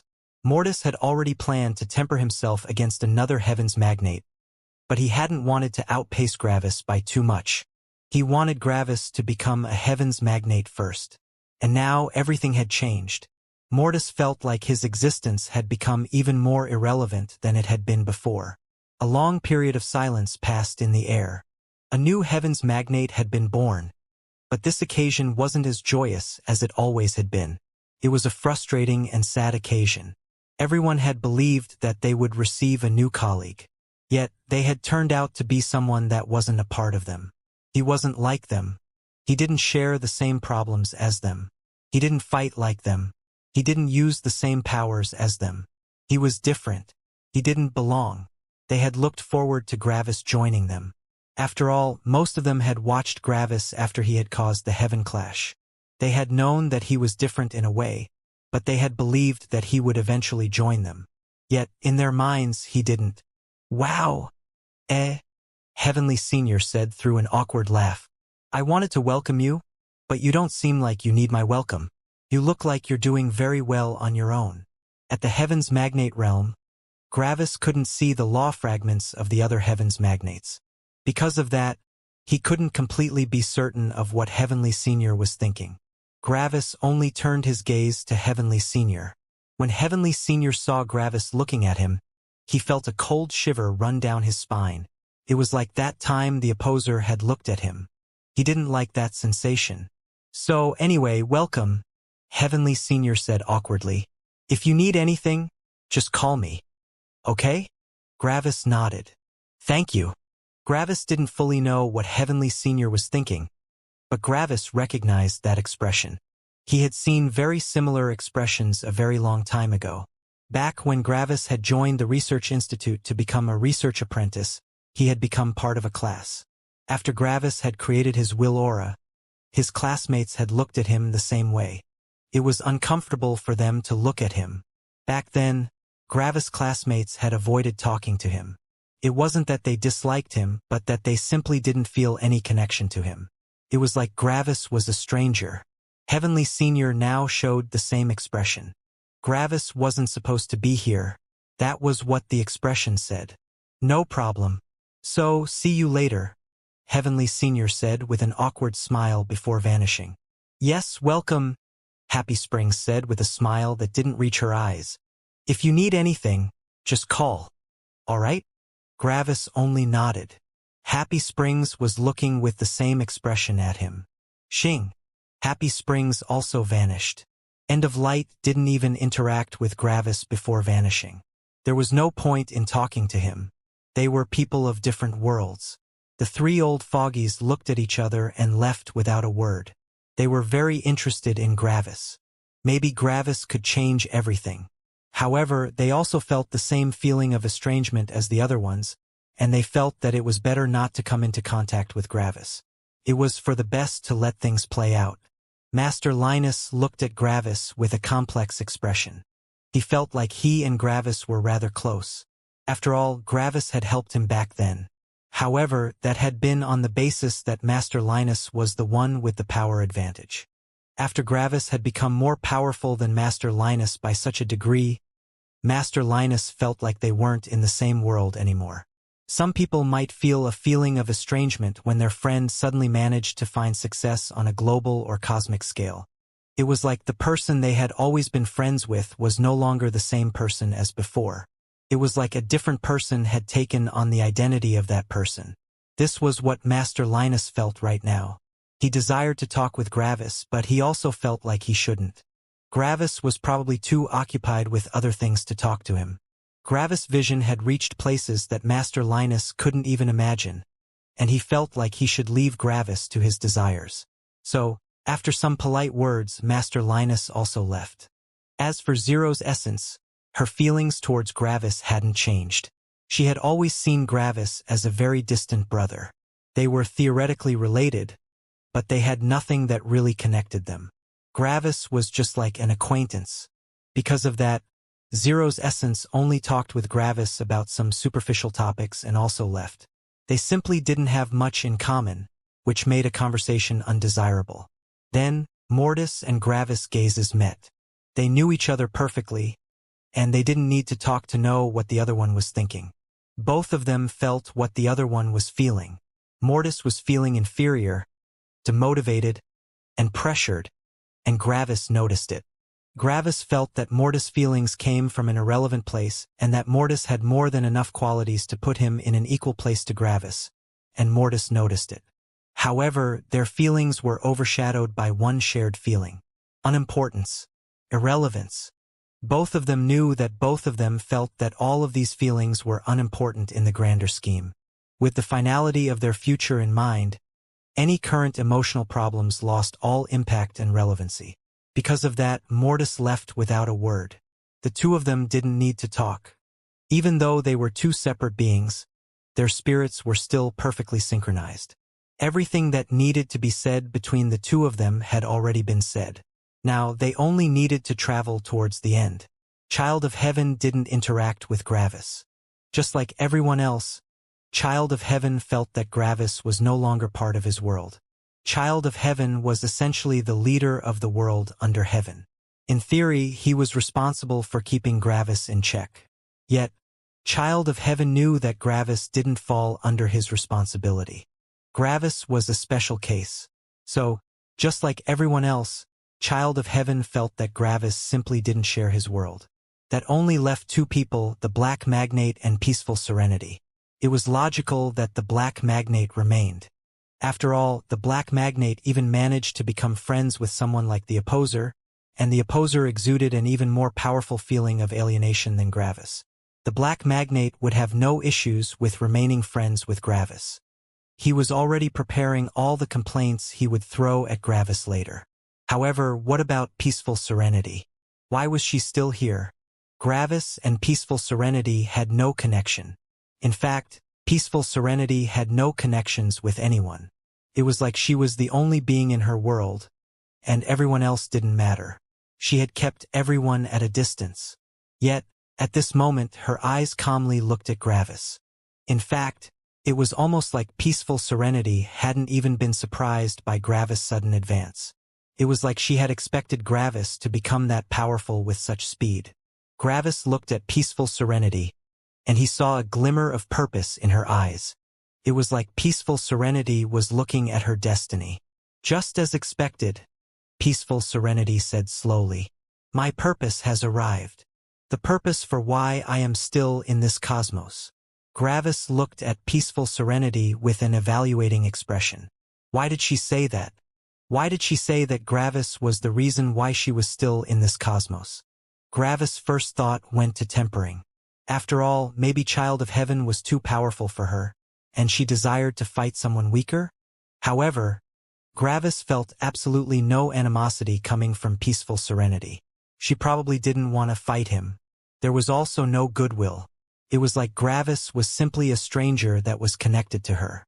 In a way, Peaceful Serenity's aura reminded Gravis of his own situation. It felt like Peaceful Serenity was simply doing what she was supposed to do. "Could you explain?" Gravis asked. Peaceful Serenity's eyes never left Gravis. "The status quo has remained unchanged for long enough," she said. "The Opposer and Heaven have been fighting each other for an eternity, and the weaker beings suffer. Everyone wishes an end to this conflict, but no one has managed to interfere. Until you appeared," she said. Gravis lifted an eyebrow. Peaceful Serenity was speaking like she was privy to some secret information. "You can use the power of the Opposer," she said. "You can make use of the very power that allows the Opposer to fight against Heaven and remain in this cosmos." Remain in this cosmos? Gravis thought with furrowed brows. Why is she talking like Father wants to be here? "There are some pieces of information you do not yet know," Peaceful Serenity said. "I will explain everything to you, and you will also realize your destiny." The more Peaceful Serenity said, the more confused Gravis became. Realize his destiny? Gravis was more than certain of his destiny. He knew exactly how everything would go down, and how much longer he had left. "The Heaven's Magnate Realm is not the last realm, Gravis," Peaceful Serenity said. "There is a realm above it. The only beings we know of that are in this realm are Heaven and the Opposer. We call it the Heaven Realm," she said. Gravis remained silent, but he realized that what Peaceful Serenity said was incorrect. There was a realm after the Heaven's Magnate Realm, but Gravis was sure that it wasn't called the Heaven Realm. The realm after the Heaven's Magnate Realm focused on creating a cosmos, while the Heaven Breaker Realm, the one after that, focused on expanding one's cosmos. Peaceful Serenity's assumption that the Opposer and Heaven were in the Heaven Realm was already incorrect, since both of them were in the realm after that. At this moment, Gravis realized that his suspicions had been misplaced.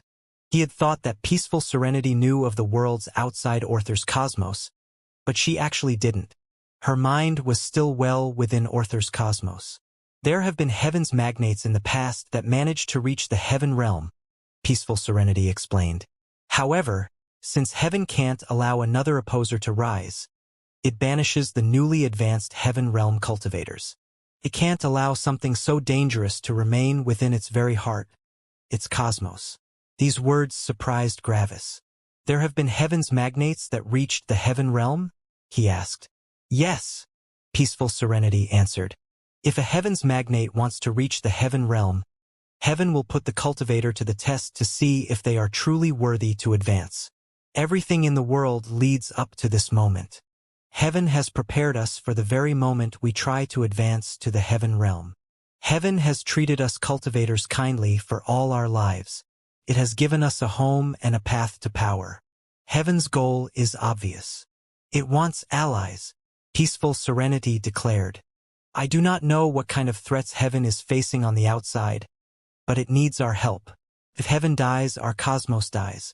Our cosmos is our home, and it is our duty to defend it.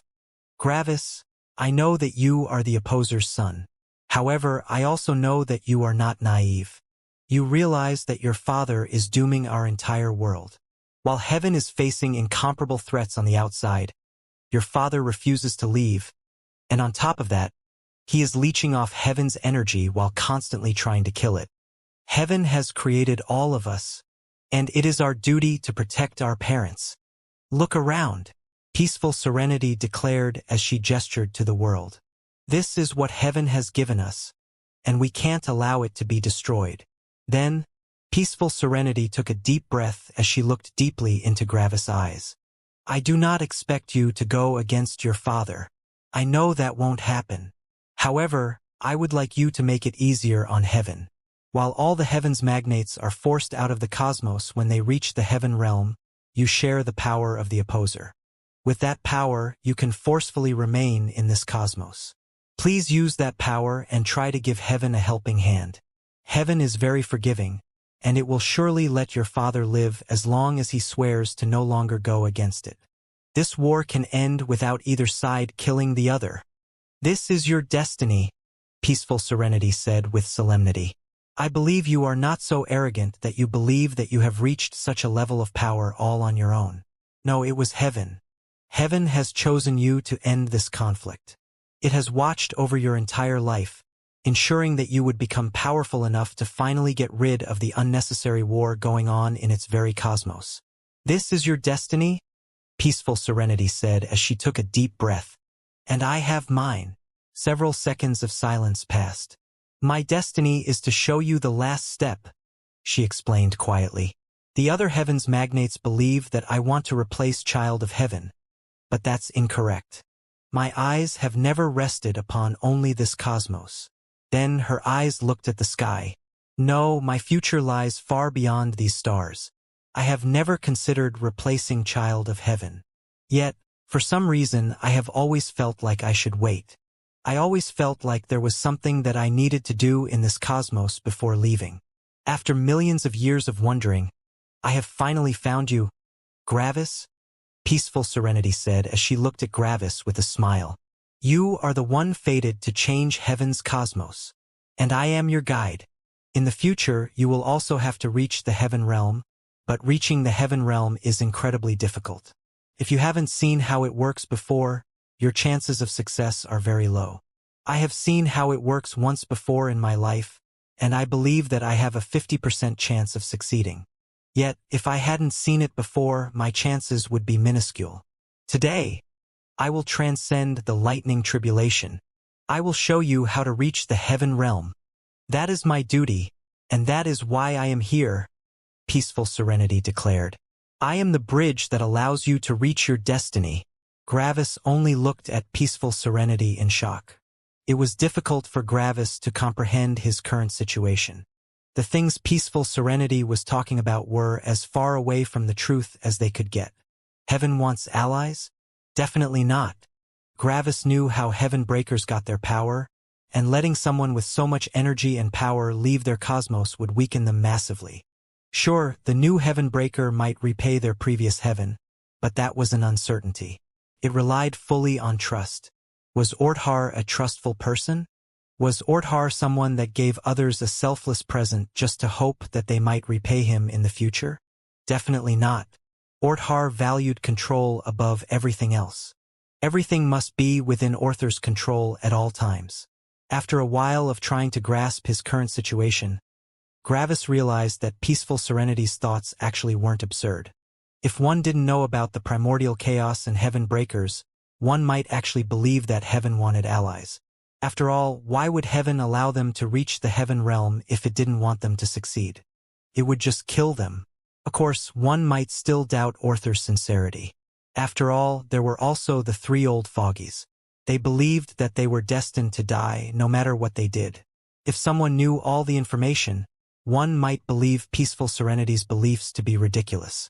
However, if one were in the same situation, the chances were very high that they would believe the same thing. Why? Ambition and optimism. If one had strived to reach their goal for their entire lives, the realization that the goal led to a dead end would be too hard to handle. It would invalidate their entire existence. The heavens magnates had worked harder than anyone else to reach their current spot, and that realization would hit them that much harder because of that. They couldn't accept that, after everything they had invested, they would walk right into death. There had to be a different reason, right?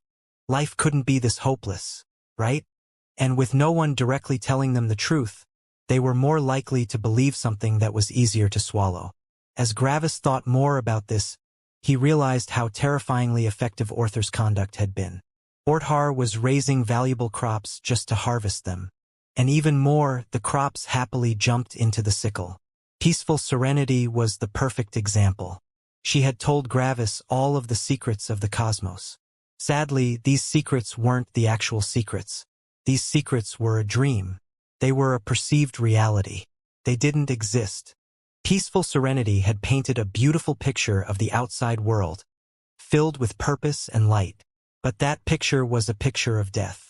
Gravis wanted to tell Peaceful Serenity the truth, but he couldn't. This was still Orthar's cosmos, and Orthar wouldn't allow any interference. These were Orthar's crops, and he wouldn't allow anyone to ruin them. They belonged to Orthar. They were his.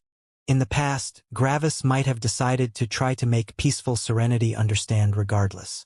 After all, he didn't need to say any specifics. Maybe he could just steer her mind in the correct direction. But now it didn't really matter anymore. Gravis knew what was coming. Whether Peaceful Serenity died now with illusions or a bit later while knowing the truth didn't make a difference. Might as well let her go on her own terms. You want to show me how to overcome the lightning tribulation? Gravis asked neutrally. Yes, Peaceful Serenity answered. The lightning tribulation is the last obstacle before the heaven realm. Only after overcoming the lightning tribulation can you make your cosmos a reality. The lightning tribulation, as the name suggests, is a tribulation that involves heaven attacking your cosmos with lightning as you try to create it. This might sound like an attack, but it is actually very similar to forging. The lightning strikes allow you to feel out the weakest parts of your cosmos. Without them, our cosmos might be born in an incomplete state. With the lightning tribulation, heaven is helping us create our own cosmos. It is sacrificing its own energy to help us. This is the last and most costly sacrifice heaven can give for its children, Peaceful Serenity explained. Gravis didn't really react to anything Peaceful Serenity said. In Gravis' perspective, the surroundings were mired in gray and black. Peaceful Serenity was like an optimistic child shortly before the enemy army raided their gates. It didn't matter. It made no difference. Changed nothing. Do whatever you like, Gravis said neutrally. In a way, Gravis felt a bit of pain and melancholy as he saw Peaceful Serenity. Her power was so grand. Her purpose was so bright. She was so filled with purpose that it was difficult to dislike her.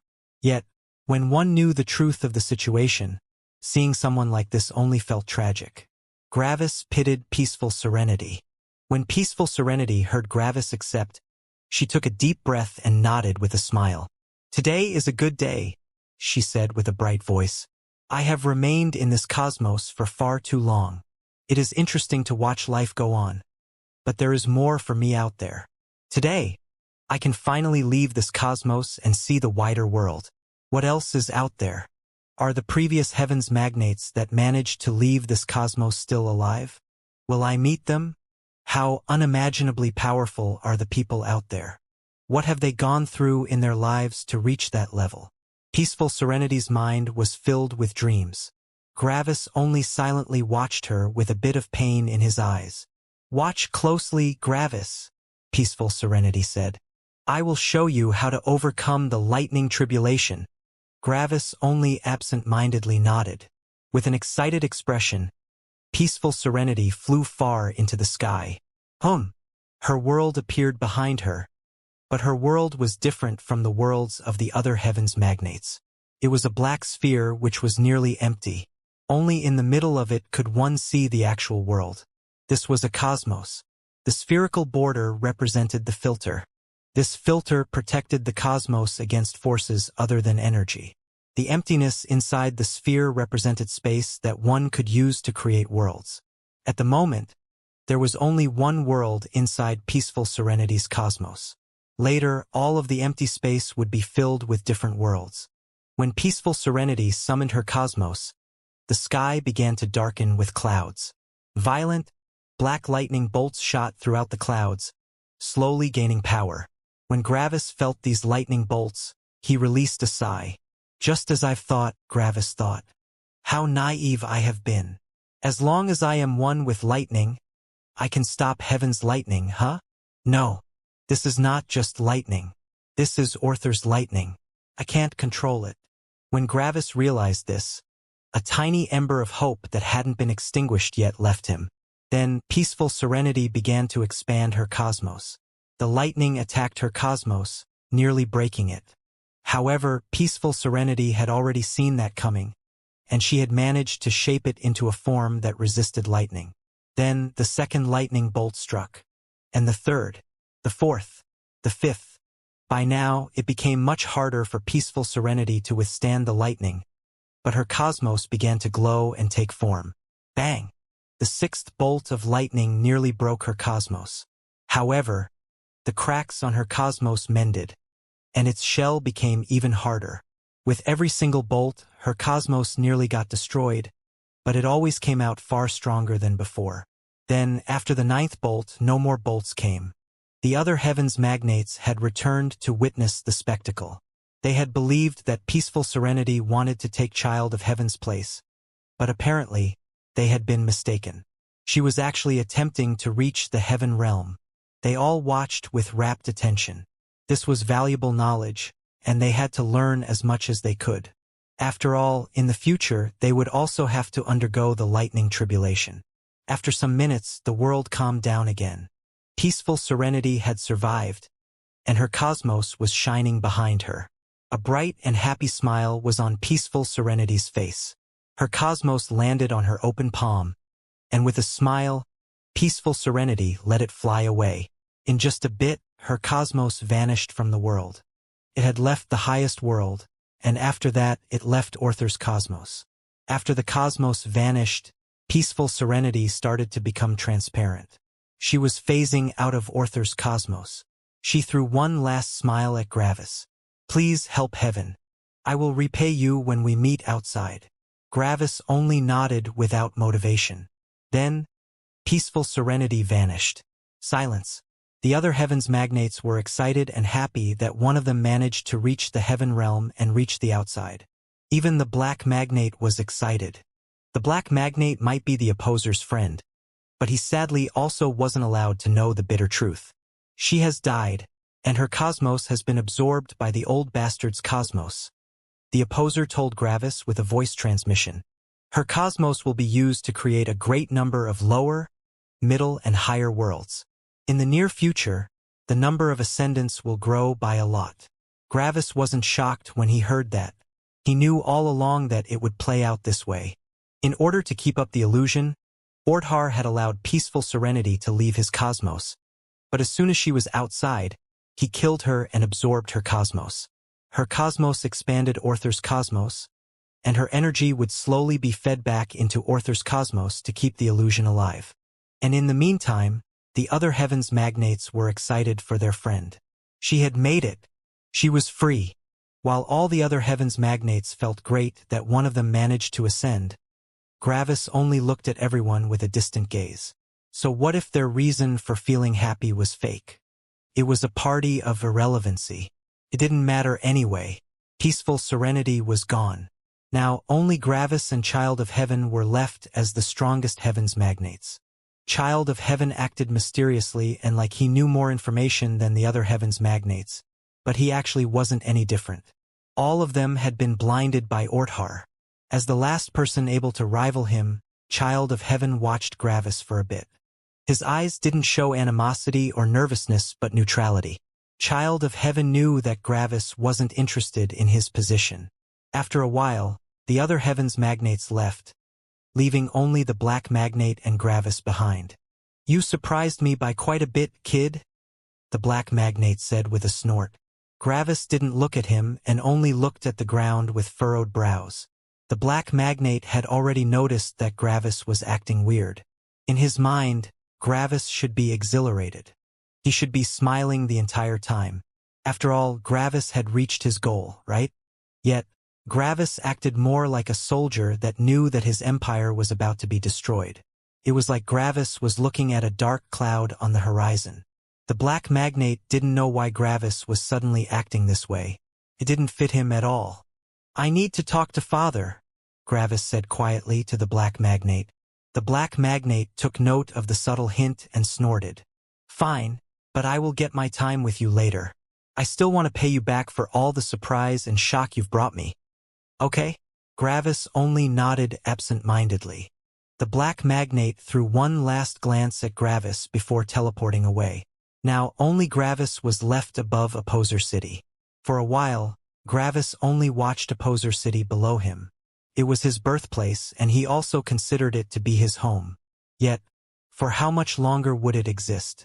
After some minutes, Gravis slowly flew towards his father's room, phasing through the walls like they didn't exist. The opposer was sitting in the same place as always, his eyes closed. The economistress stood beside him, smiling at Gravis. You've become strong, Gravis, she said with a bright smile. I can't even throw you around anymore without your consent. Gravis looked at his mother with a bitter smile. Thanks, Mom, he said. The economistress saw Gravis' expression, but she wasn't surprised. She walked closer to Gravis and slowly pulled him into an embrace. Now, don't be so glum. You've become a heavens magnate. Isn't that worthy of celebration? Gravis reciprocated the embrace, but he didn't say much. The economistress only smiled.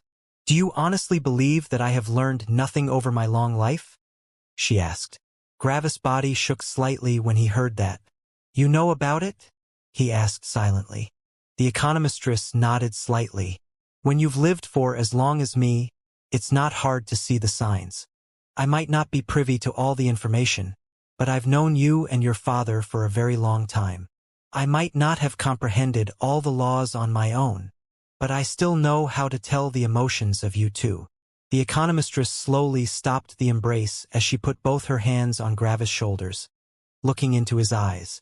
I know what's about to come, she said. Gravis took a deep breath. Everything had been fine when nobody knew, but as soon as he saw someone that actually knew what was about to happen, it became far more difficult to keep everything suppressed. Then, how can you be so optimistic when you know what's coming? Gravis asked slowly as he looked at his mother. Why shouldn't I be? She asked with a bright smile. Do you think I have never thought of the future? I've thought of the future for my entire life, and I have been confronted with these thoughts for longer than you have been alive. With enough time, you learn to make peace with your future. Waiting for the end is only something you do when you are new to this situation. I'm not new to this situation. Besides, she added, it might sound cruel, but you are also only waiting for the end if you still have some hope. When you still have some hope? Gravis asked. His mother nodded. When you see a chance of a brighter future, you seek the end. You worry because you feel like you can do something. As soon as you realize that there is nothing you can do, you learn to accept your circumstances. I have long accepted my circumstances. Gravis took another deep breath. Why do I feel no resentment coming from you? He asked. If you know about it, shouldn't you at least feel a bit of resentment? After all, I still have a choice. The economistress slowly shook her head. It isn't a choice, she said. I might not have been a cultivator in the past, but I know what it means to be one. You all seek freedom, and you want to achieve your goal. Additionally, the world has remained unchanged for long enough. Staying here isn't bad, but I also wouldn't miss it. I've had a long, long life, Gravis, she said. I've had plenty of children, and all my children live for such a short time that it might as well have been no time. We all have our inner troubles, Gravis. I'm not special. I might always appear chipper and happy, but I also have my worries. I have simply learned to live with them. As the economistress said that, her voice began to shake a bit. I just hope that you manage to get through everything alive, she said as a small tear ran down her right cheek. Gravis' heart shook, and he immediately pulled his mother close into another embrace. Gravis felt immense guilt and grief wash over him. I'm sorry. Gravis sat in front of his father. 2 cups of coffee stood between the two of them. For a while, the two of them only silently sat like this. A lot of time has passed, Gravis said. Yes, the opposer answered. Even when you were small, you always enjoyed the coffee. Gravis nodded as a profound feeling of disconnection washed through him. When he had just been a kid, he had also sat in front of his father like this, drinking the same coffee. Back then, Gravis had been nervous in front of his father. After all, Gravis had never felt any true love coming from his father. As a child, one might not realize why one was feeling this way, but subconsciously the children would feel nervous. Gravis hadn't acted like the opposer was his father, but rather a stranger he needed to please. There had always been a certain distance between them. That was also why Gravis addressed the opposer as father. In comparison, Gravis had always been close with his mother, which was also why he had been addressing her as mom. Only when Gravis had become older did he truly understand his father's trouble. Additionally, his father had also changed quite a bit. Gravis had already heard that he had once had a younger sister called Artemis. From what he had heard, she had decided not to cultivate. So, in the end, the opposer made her an immortal emperor, and she died when it was time for her tribulation. Ever since then, the opposer and his wife hadn't had any additional children. At this moment, the opposer only had 3 living children: Zero's Essence, Orpheus, and Gravis. Everyone else had already died. Gravis was the youngest living child of the opposer. When Gravis' mind went to these thoughts, a cold feeling of oppression came over him. He hoped his father would be able to have more children in the future. However, it wasn't a certainty. How do you feel about everything? Gravis asked silently as he looked at his coffee. The opposer remained quiet for a while, which was very rare. The opposer's answers often came very quickly or not at all. It's difficult, he said slowly. Gravis only looked at his father. I would be lying if I said that I've only fathered children because I wanted a family. Obviously, one of my main motivators has been the creation of someone that I can train and back without any issues, he explained. There are certain unspoken rules of conduct between the old bastard and me. As long as none of us go too far, we don't fight. If I were to grab a random talented child off the street and back them with everything, the old bastard would kill them. However, if they are my own child, I can defend my actions. After all, I am their father. It's been 50 billion years, the opposer said slowly. I've fathered thousands of children, but none of them had ever shown anything that might break the mold. Yes, there have been some that have shown talent befitting of a heavens magnate, but I needed more than that. I needed something that no one has ever achieved before. Something that throws the old bastard's plan to the side, even if only for a moment. I needed someone that can be pushed past the heavens magnate realm without incurring any attack by the old bastard. The opposer looked at his son. You've come very far, Gravis. But there is one thing you can't forget. The old bastard can still decide to kill you. He can do it now, and I wouldn't be able to properly defend you since I would be busier with protecting myself. When you create your cosmos, he can still do it. When he is strengthening you in the Heaven Breaker realm, he can still do it. If you truly want to achieve your goal, you have to keep that in mind, the opposer said with a heavy voice. You can only achieve your goal if you go all the way. Emotional attachments will result in you either aborting the process or dying. Gravis took a deep breath. And you are fine with that? Gravis asked. Silence. It's difficult, the opposer said again. If you had asked that question 10 million years ago, I would have answered in no time. I wouldn't have cared about the price. But now, things are different, the opposer said as he put his cup of coffee down. There are 2 choices, and I'm not fine with either of them. You must understand, Gravis. I have been in this situation for far too long. Even my tenacity has a limit. At some point my cosmos will kill me, the opposer said heavily.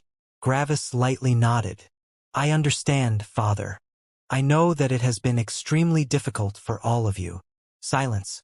For a while, none of the two spoke. What if I don't go through with it? Gravis asked. I would still support you, the opposer said. Never forget that this is your life.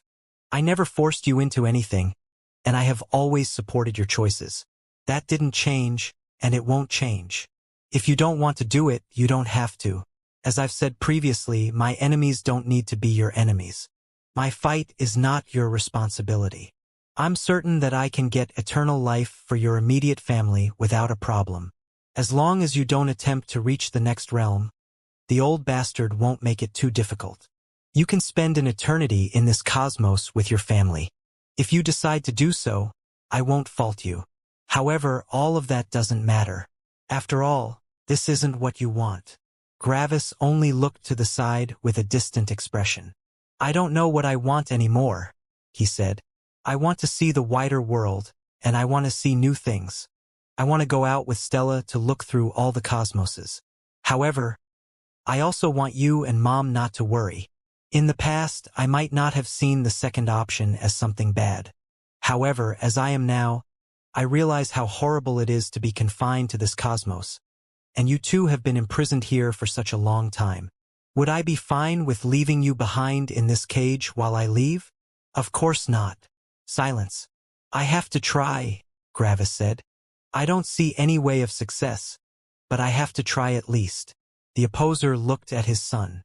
Even if you have to pay the ultimate price? Gravis sighed. I don't want to pay the price. I really don't. If there were anything I could do to avoid it, I would. Gravis' brows furrowed. Yet, the choice is not up to me. For a while, Gravis only remained silent. Father, do you think our dream can become a reality? Gravis asked. I wish it could, the opposer answered. I would be fine with letting the old bastard survive if it meant that you wouldn't have to pay the price. Sadly, this is only a dream.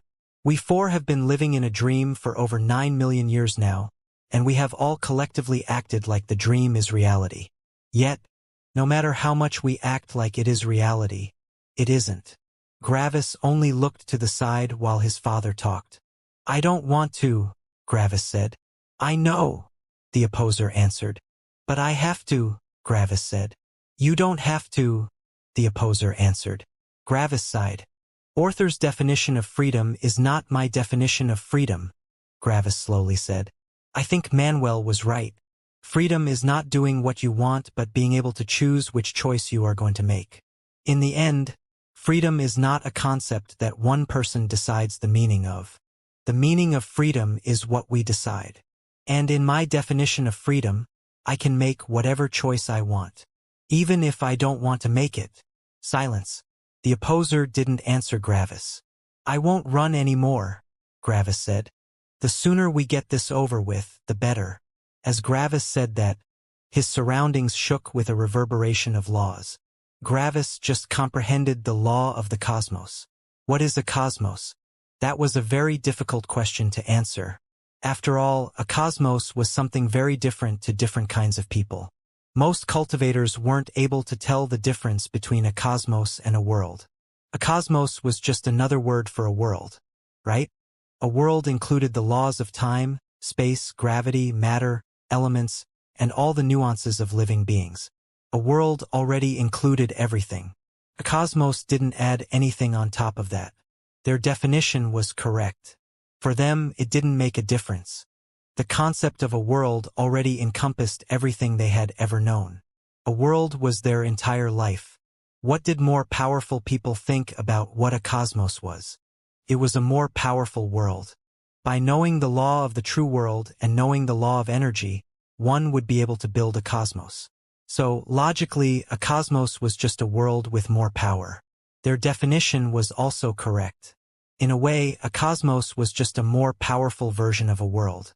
If the primordial chaos could think, what would it think what a cosmos was? It would think that a cosmos was a domain. A cosmos could block out forces it didn't like and allow in forces it supported. It could block out death and all the other forces that comprised the primordial chaos but let energy through.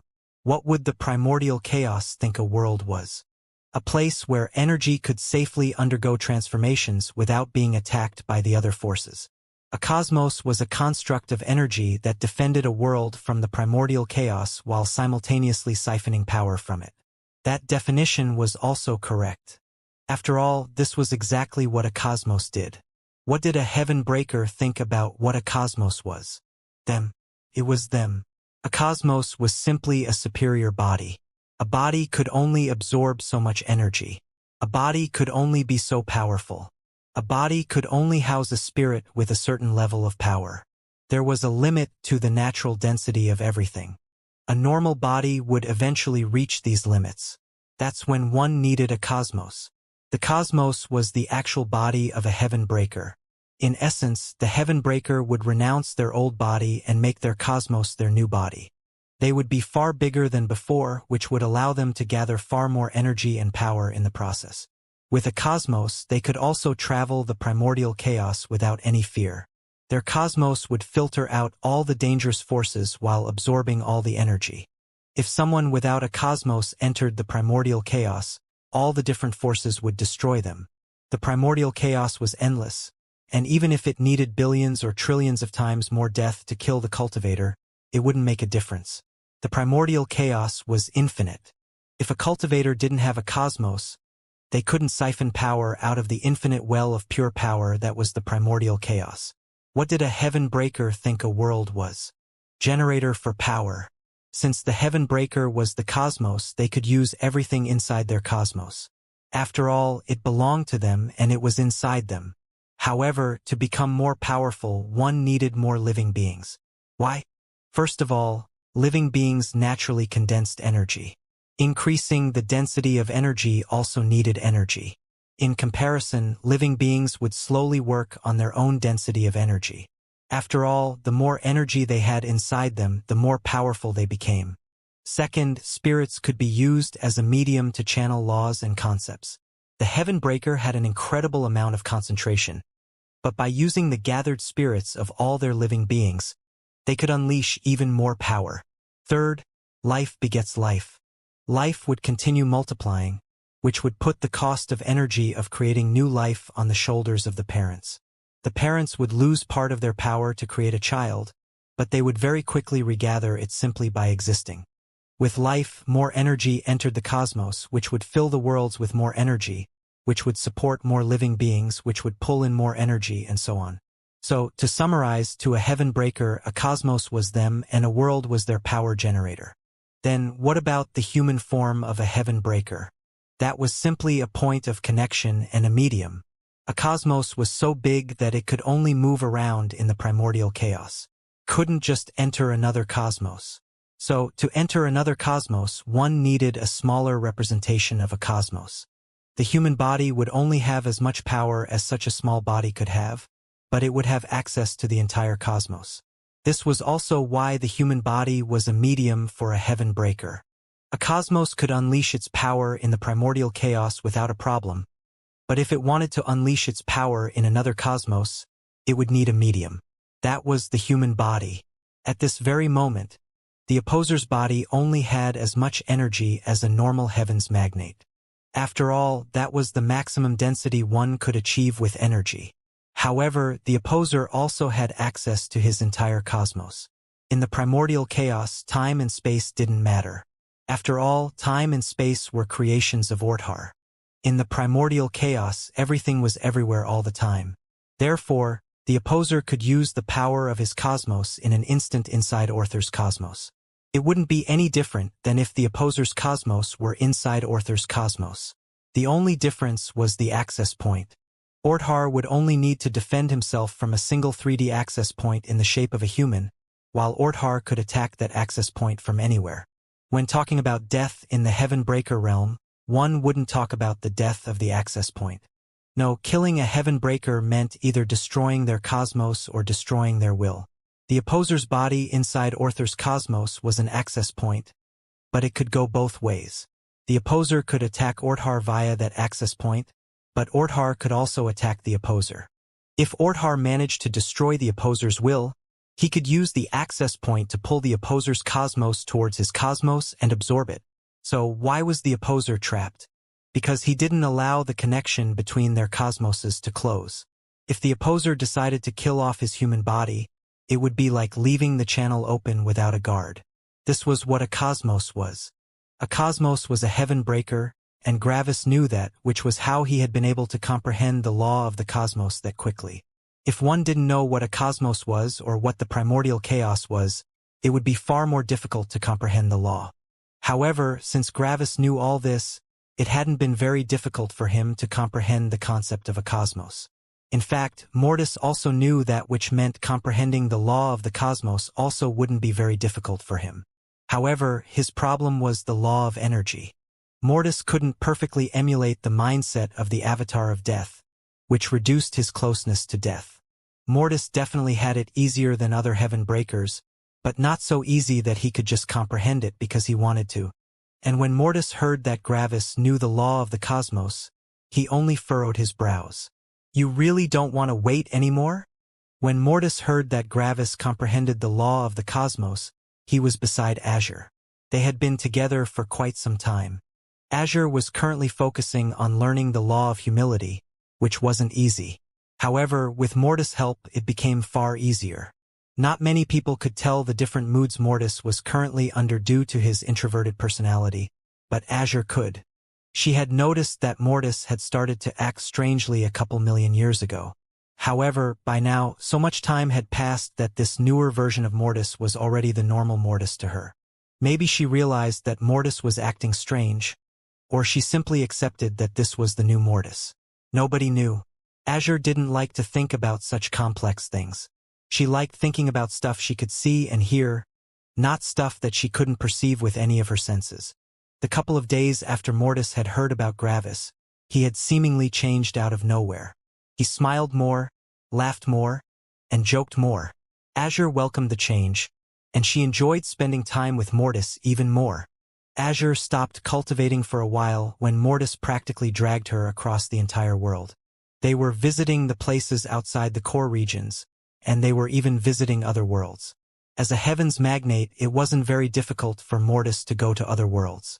He only had to control his power so that he didn't accidentally destroy these lower worlds.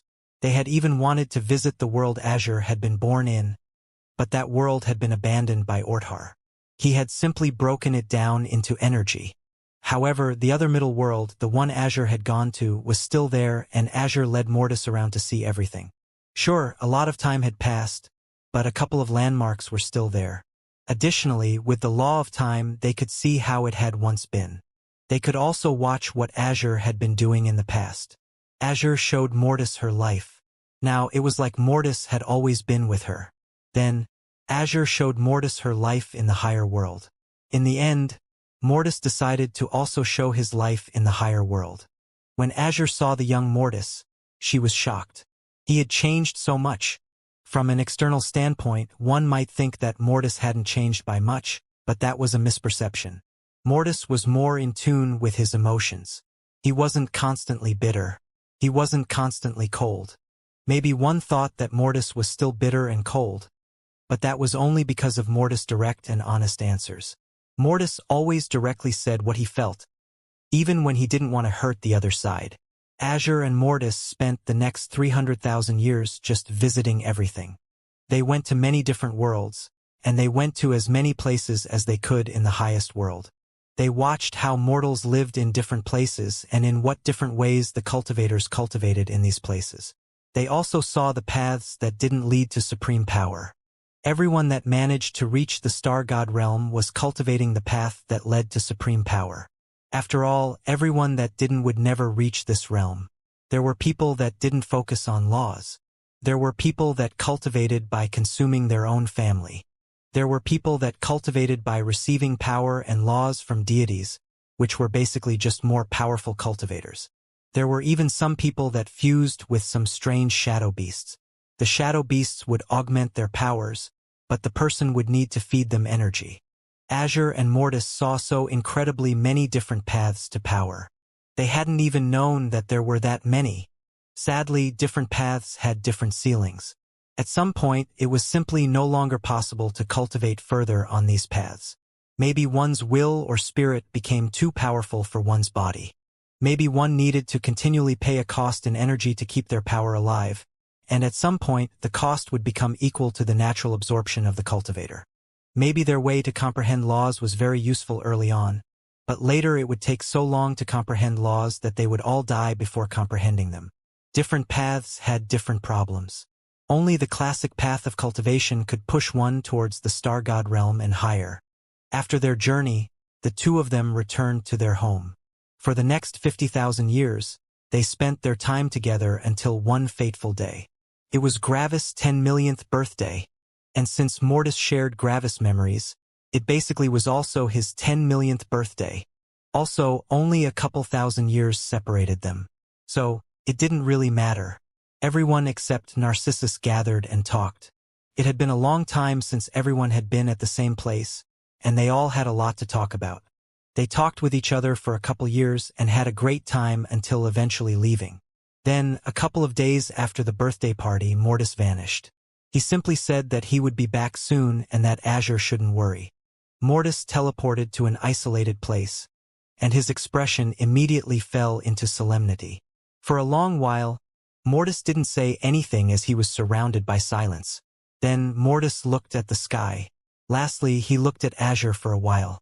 As a heavens magnate, Mortis' spirit sense was outside Azure's perception ability. After a long time, Mortis looked away again. "Let's get this over with," he seemingly said to himself. "What point is there in protecting my talent at this point?" "It doesn't matter," Mortis said. "Do you believe you will die?" someone said in front of Mortis. Mortis didn't even look at the person. Mortis didn't answer. "You won't," the person said. Mortis didn't answer. "Just get this over with," Mortis said. "I don't have a choice anyway." "You do. Time is on my side, Mortis. If you don't want to do it, you don't have to." "I don't mind either way," the person said. Mortis only looked at him. "If that's your choice, fine," the person said after a while.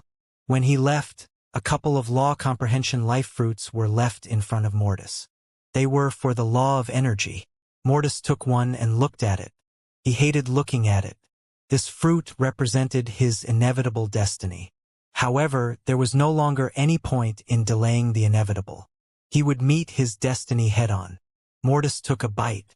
Gravis was in his home with Stella. Gravis had never actually needed a home since he had been living everywhere basically, but ever since he had become a peak divine god, he had decided to build one for himself and Stella. Their home was near Opposer City for many reasons. First of all, this was where Gravis' family lived. Second, Opposer City was the largest city in the world, and it was always nice to live near a city. Third, it was easy to teleport to everywhere else from Opposer City. The teleportation formation arrays had strengthened connections to Opposer City. Lastly, Opposer City was in the very center of the world, which meant that it was near basically everything else. Gravis and Stella were living every day as it came. Stella focused on her laws quite a bit while Gravis stayed near her. Gravis didn't need to comprehend any more laws since he knew the law of the cosmos. He could essentially just wait for the fateful day. So when would the fateful day arrive? Tomorrow. Mortis had told Gravis that he was ready to condense his cosmos.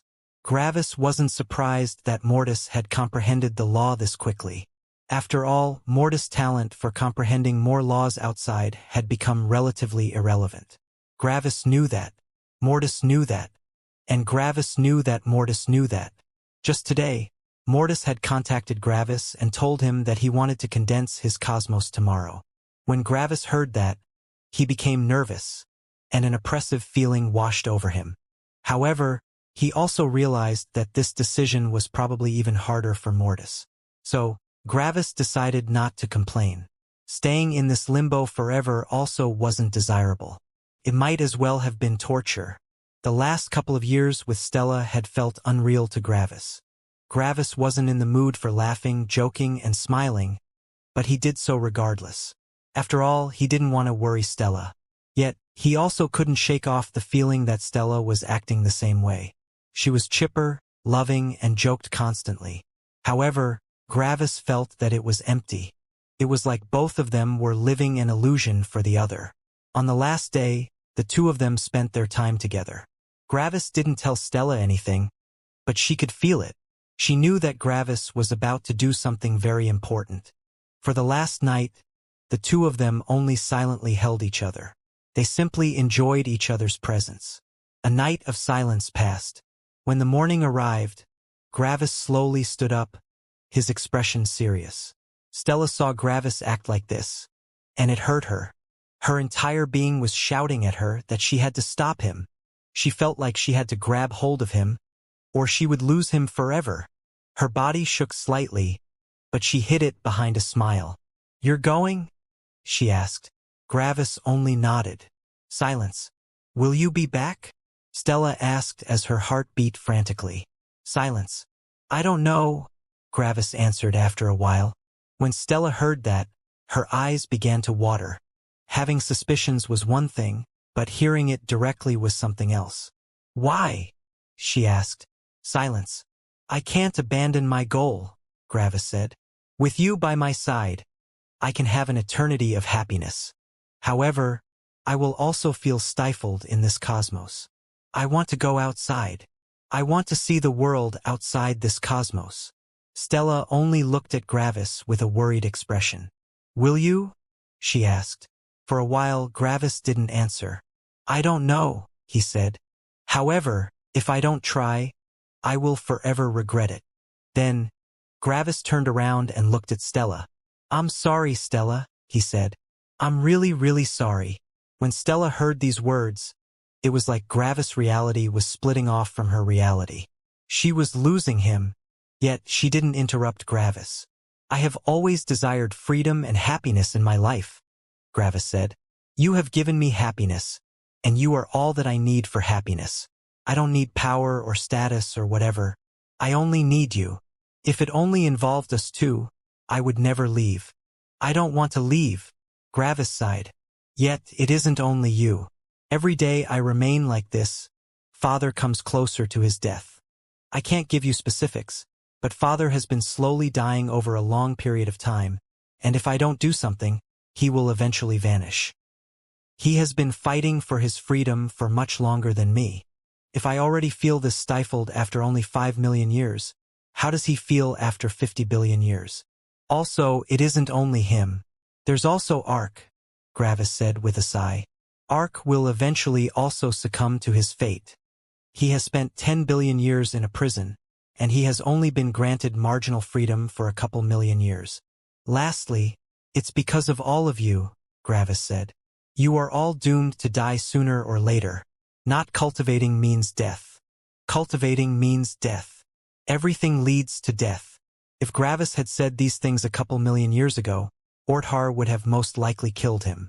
After all, Gravis was essentially unveiling Orthar's method of running his cosmos. However, at this point it didn't matter anymore. Gravis could even talk about the brand if he wanted. It wouldn't matter anymore. When Stella heard that, it was like reality was breaking apart. "Death?" she asked in shock. "Yes, all paths lead to death," Gravis said.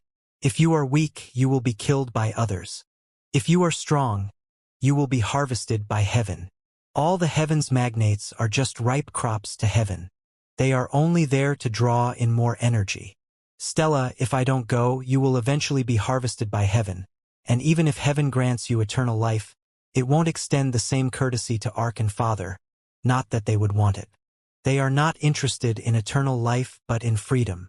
For an eternity, the cosmos has remained the same. Nothing has ever changed. But now, for the first time, the cosmos can be changed. Fate can be changed. And I am the key," Gravis said with a solemn voice. "Mortis and I are the only two people that can change the cosmos. We can allow you all to break out of this cage." "That's why I have to go," Gravis said. Silence. "Even if it costs your life?" Stella asked silently. Silence. "There's no other choice," Gravis said with a shaky voice. Then he turned around. "Goodbye, Stella. Find someone that loves you as much as I love you. Xing."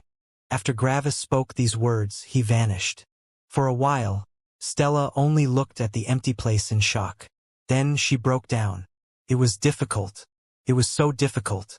Gravis nearly broke down after he teleported away. He didn't want to go, but he had to. Gravis couldn't bring himself to throw another look at Stella. Seeing her like this would break him. At this moment, Gravis decided that it was the wrong time to feel emotional. He had to keep his head clear for the future. Maybe there was a chance to pull everything around. Maybe there was a chance that things wouldn't go the way he knew they would go. The chance was incredibly minuscule, but it was there. Maybe the dream was actually reality. Maybe he didn't have to wake up. So, in the end, Gravis did something he hadn't done in a long time. He suppressed his emotions with the law of apathy. He couldn't allow any distractions. He had to be cruel to everyone else at this moment. By leaving Stella like this, he had done something incredibly cruel. And Gravis knew that he would do something even crueler soon. As Gravis flew to the destined location, he looked at the world with emotionless eyes. Even though Gravis was doing his best to suppress his emotions with the law of apathy, he still couldn't help feeling a bit emotional. Ironically, knowing all the emotional laws made it harder to go to the extreme of one emotion. Why? Because Gravis already knew everything about them, and he knew how beautiful emotions could be. As Gravis looked at the world, he couldn't be sure what would survive. Would his friends survive? Would Opposer City survive? Would the Peak Sex survive? Would the Heaven Company survive? Gravis wished that they all could.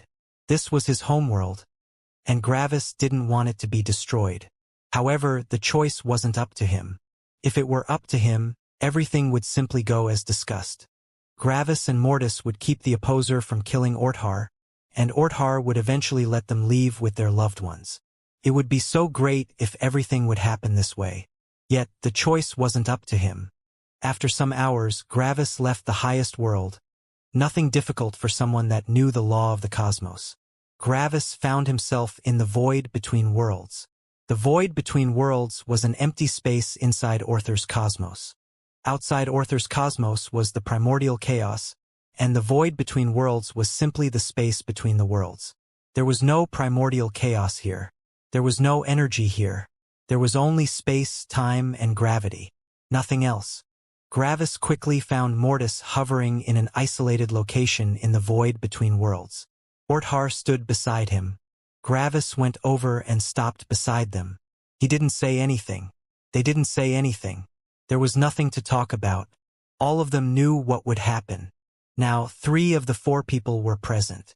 Only the Opposer was missing. Back in the highest world, the Opposer noted that everyone had gathered. Then, the Opposer looked at his wife, who sat beside him, drinking tea. After a bit, he stood up. "Oh? Are you leaving?" she asked with a smile. "Yes," the Opposer said. "Is it already time?" the economistress asked. Silence. "Yes," the Opposer answered. "Oh, then good luck and have fun," the economistress said as she gave the Opposer a small embrace. The Opposer reciprocated and hugged his wife. For a while, he didn't say anything. "I love you," he said with a deep voice. "I know," she said with a smile. "I love you too." Silence. "Are you fine with everything?" he asked. "Yep," she answered with a bright smile. "It's been great. We've had a big family. Nearly all of our little darlings are no longer here, but it was still great to spend time with them and, of course, also with you." Silence. "Do you regret becoming my wife?" the Opposer asked after a while. "No, silly," the economistress answered with a laugh. "Ever since I have decided to be with you, I knew that this day would come. I know that I have been created by heaven. I know that I am subject to heaven's will. It can't control me with you present, but it can still decide my life and death." The economistress took the Opposer's head in her hands and made him look at her. "I knew that as soon as you two would fight each other again, I would be the first one to die. I've made my peace with it. And, to be honest, it has taken far longer than I had anticipated. 50 billion years. That's a long time, you know?" she said. "I've lived for long enough, and I don't regret the life I have lived." The Opposer remained silent for a while. "If I had a choice, I wouldn't go down this path," the opposer said. In the past, I wouldn't have hesitated, but I have changed. If it were up to me, I wouldn't want to kill the old bastard. As long as he can let you go with me, I would be fine with burying the hatchet. However, the choice isn't up to me, the opposer said. When his wife heard that, her eyes began to tear a bit. However, she still kept her smile on her face. Funny. I thought that I would be able to let you go without crying, she said with a bitter laugh. However, things don't always go as planned, do they? The opposer embraced his wife again. I love you. I don't want to lose you. The economistress only smiled while tears fell down her eyes. I know, she said. After some minutes, the opposer let this wife go. I'm sorry. I'm sorry that you have chosen such a selfish husband. I will miss you. Goodbye. The economistress smiled brightly as tears ran down her cheeks. I wish you a happy life. Xing. And the opposer teleported away. A moment later, the opposer appeared in front of Orthar, Gravis, and Mortis with a serious and cold expression. We can begin, he said. We can begin, the opposer said after he arrived. To Gravis and Mortis, the opposer didn't feel different. After all, they hadn't seen his interaction with his wife. Orthar had seen it, but he didn't care. Condense your cosmoses, Orthar said to Gravis and Mortis. Gravis and Mortis threw each other a glance. For some reason, the atmosphere between them was somber. It was like they were saying goodbye to each other. After some seconds, the two closed their eyes and summoned their worlds behind them. Their cosmoses began to widen and shine. When peaceful serenity had done that, the clouds of tribulation had appeared above her. But those clouds didn't appear for them. After all, there was no more sense in keeping up the act. As this happened, the powerful cultivators in the highest world looked up with surprise. The energy. It was falling. They tried to find where the energy was going, but they couldn't find it. The energy was simply leaving the highest world. The most powerful cultivators also checked the other worlds, but they also couldn't find anything. However, when they tried to check the void between worlds, they became shocked. Their spirit sense was blocked. Their spirit senses could look into the worlds but not into the void between worlds. This quickly told them that the reason why the energy was reducing was inside the void between worlds. Yet, they couldn't find out what this reason actually was. Not even the heavens magnates could look into the void between worlds. However, they didn't need to in order to find the reason. They simply had to check who was missing. Who was missing? Gravis, Mortis, and, surprisingly, the opposer. When they noticed that, they became nervous. Was the opposer using Gravis and Mortis to overthrow heaven? However, their thoughts didn't matter. They couldn't change anything regardless. They were the most powerful cultivators, but they were just as helpless as the mortals. Their power made no difference in front of the opposer and heaven. As Gravis and Mortis absorbed more and more energy, Orthar looked at the opposer. Since I have more energy, I will take on the first step by myself. After that, I will strengthen Mortis while you can strengthen Gravis, Orthar said. No, I want to strengthen Mortis, the opposer said coldly. Orthar only looked into the opposer's eyes neutrally. He had already known that the opposer would say that. However, the statement made no difference. He was the one in control and he knew that. You have no choice, Orthar said. I will strengthen Mortis. Do not forget. Time is on my side. You only have this single chance to turn the tide. I can abandon this chance. You can't. Silence. On the outside, the opposer didn't seem any different, but inside he was nearly exploding with rage. His eyes took on a cold gleam. The aura of Orthar's cosmos changed into a very aggressive one. Orthar's cosmos had immediately gathered all its power on 3 points. 80% of his power was locked onto the opposer, while the remaining 20% was locked onto Gravis and Mortis. Gravis and Mortis didn't feel the change since it was too subtle. They couldn't feel the killing intent of someone on the power level of Orthar. What is it? Orthar asked coldly. Is it my way or no way? A cold aura of brutality appeared around the opposer. It threatened to destroy all of existence. However, even after several seconds had passed, nothing happened. Orthar was right. This was not a negotiation. This was not a compromise. This was a capitulation. Orthar was the one in control, and there was nothing the opposer could do. The opposer looked at Gravis and Mortis, his eyes appearing cold. Yet, deep inside he felt unending rage, hatred, and frustration. At whom? At himself. He was so powerful that only heaven could fight him. Yet, even though he had all of this power, he couldn't protect his two sons, nor his wife. For his entire life, he had worked to become the most powerful being in existence. He had suffered for it time and time again. His cosmos was throwing him into a crisis of life and death every single day. Yet, all of this wasn't enough to protect the few people he cared about. He was too weak. He hated himself for being so weak. For a second, the opposer hesitated. Yet, in the end, the opposer's mind returned to its stalwart standard. He wasn't powerful enough to protect the ones he loved at this moment, and he couldn't change that. However, as long as he could survive, he could achieve the power to protect his new loved ones in the future. It was a cruel thought, but it was the only realistic one. The opposer knew that he couldn't protect his 3 loved ones at this moment, so he had to accept the situation and plan for the future. Fine, the opposer said. The aggressive energy in Orthar's cosmos relaxed.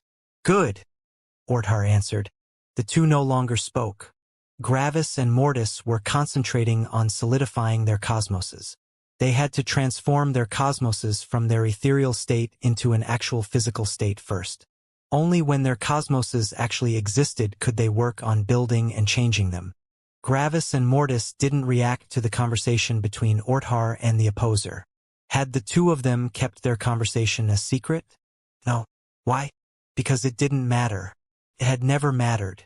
All 4 of them knew how this day would go. They had known for nearly 10 million years. Was this a day of celebration? Was this the day the feud between the opposer and heaven would finally resolve peacefully? Of course not.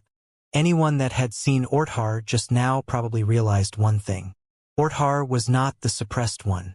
Orthar was not the victim. Orthar was the one in control, and he always had been. When Orthar had talked to Gravis and Mortis in the higher world, he had said that he had been the victim. He had told them that he wanted to resolve everything peacefully with the opposer. Yet was that the truth? His arguments had definitely been convincing and logical. He had even smiled at just the right times to appear innocent and friendly. But who was Orthar? Think back to the Orthar in the middle world. Think back to the story of how Orthar had become the ruler over all sea beasts. Who was Orthar? Was he an innocent person? Was he an honest person? Was he a nice person? Was he a selfless person? Of course not. Orthar's entire existence had revolved around schemes after schemes after schemes after schemes. Orthar had backup plans for backup plans for backup plans for plans for eventualities that had nearly no realistic chance of happening in the first place. Why had Orthar always been so nice to Gravis and Mortis? Going along with an illusion made it easier for everyone else to accept it. There was this small hope. What if what Orthar had proposed actually happened? What if Orthar was actually fine with letting the opposer go? This was the possibility that Mortis and Gravis had always desired. For millions of years they had chased after this possibility. Yet, deep inside, the two of them had always known that this was only a dream. As soon as they had seen the identity of the highest heaven, deep inside, they had realized that this would never end peacefully. But what if? What if? But the what if would never happen. This was Orthar. Orthar chased power. Orthar could use everything inside his own cosmos outside of his cosmos. With the opposer inside Orthar's cosmos, Orthar was unmatched on the outside. Yet, the opposer was also a blade hanging over Orthar's head. Orthar had to get rid of the opposer, but Orthar couldn't let go of the power. So, the obvious solution was to get rid of the opposer and absorb his cosmos. With that, Orthar would have the power of the opposer without the associated danger. As for the balance between energy and death to keep the opposer's cosmos running, that wasn't an issue for Orthar.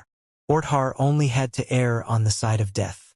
As long as he didn't eradicate death inside the opposer's cosmos, he wouldn't be in danger. Orthar had many times more energy than the opposer, and if there were too little energy in the opposer's cosmos, Orthar could simply shove in more. Orthar needed that power. He wanted that power. He would get that power. As for Gravis and Mortis, they would be Orthar's keys to finally getting rid of him. Soon, the opposer and Orthar would fight again. This would be their first genuine fight in 50 billion years. The incident 10 million years ago was, at most, a scuffle. This time, they would fight to the death. And Orthar would finally get rid of this tumor.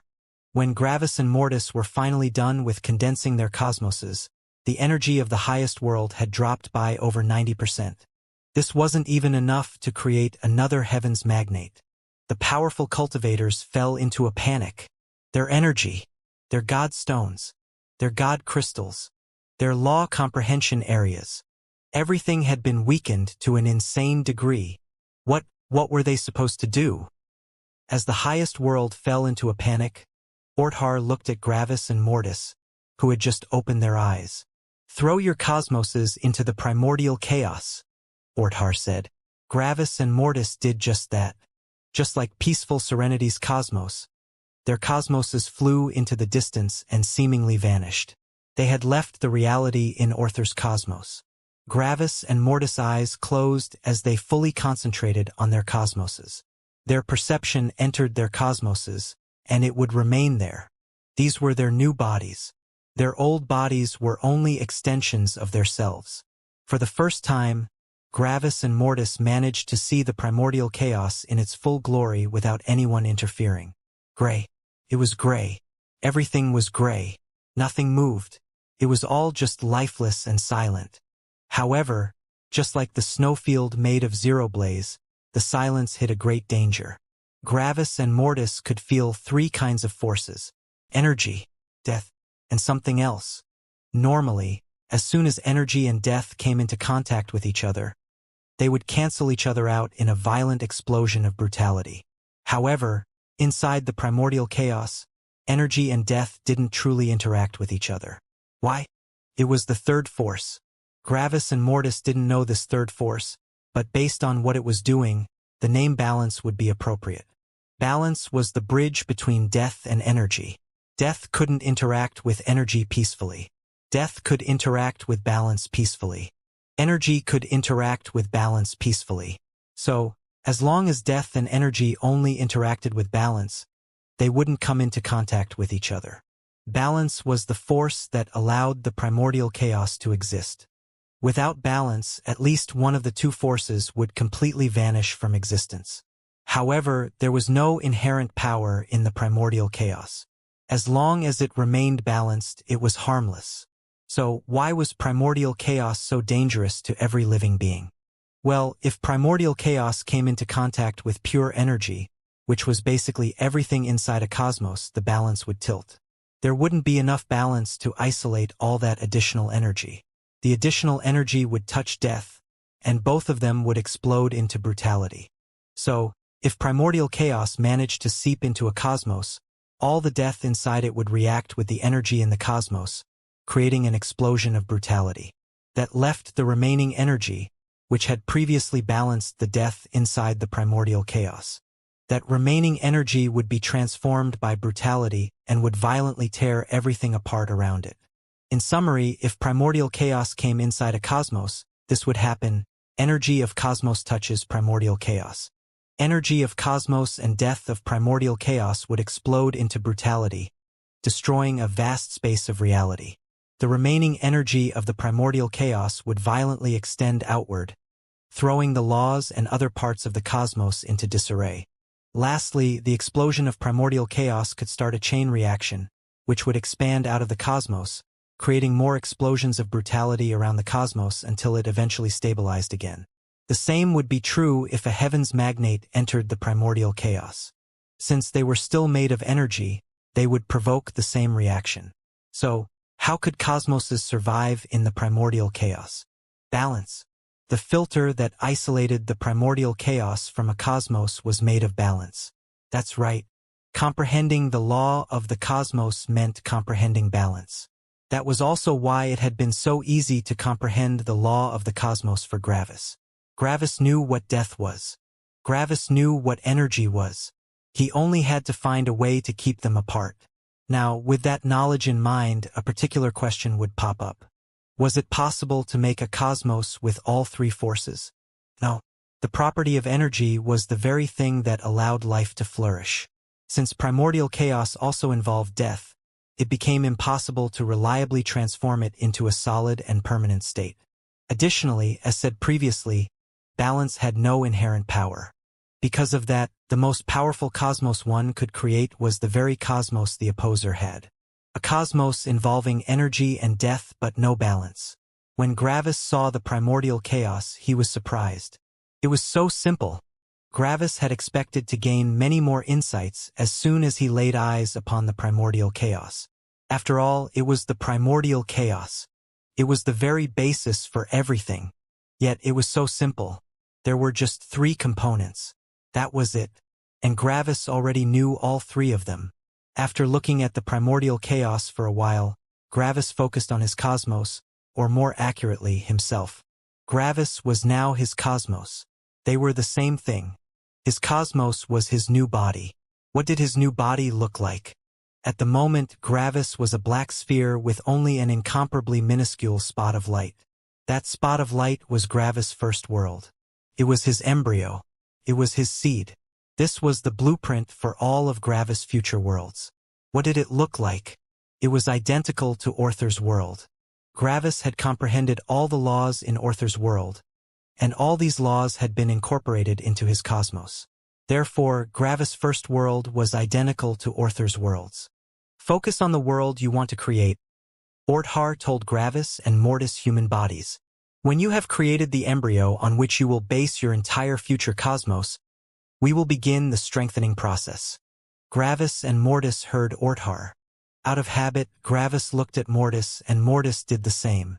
However, they could only see each other's human bodies. They couldn't feel the other's cosmos. Gravis didn't know what kind of world Mortis was creating, and Mortis didn't know what kind of world Gravis was creating. And they would keep it a secret from each other.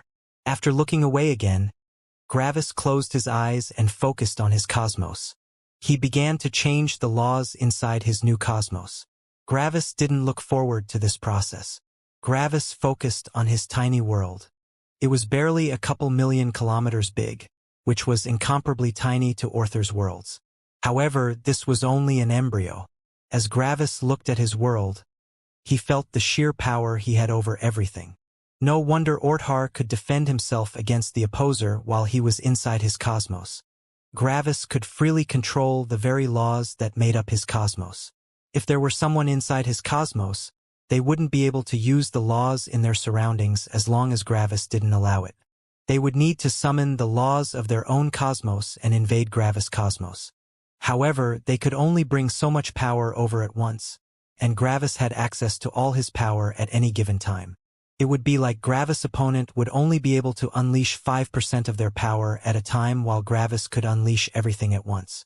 What could an equally powerful opponent do against an attack that simply unleashed far more power in one strike than they could summon to defend? Nothing. In order to be a threat to Gravis inside his own cosmos, a Heavenbreaker would need to be multiple times more powerful than him.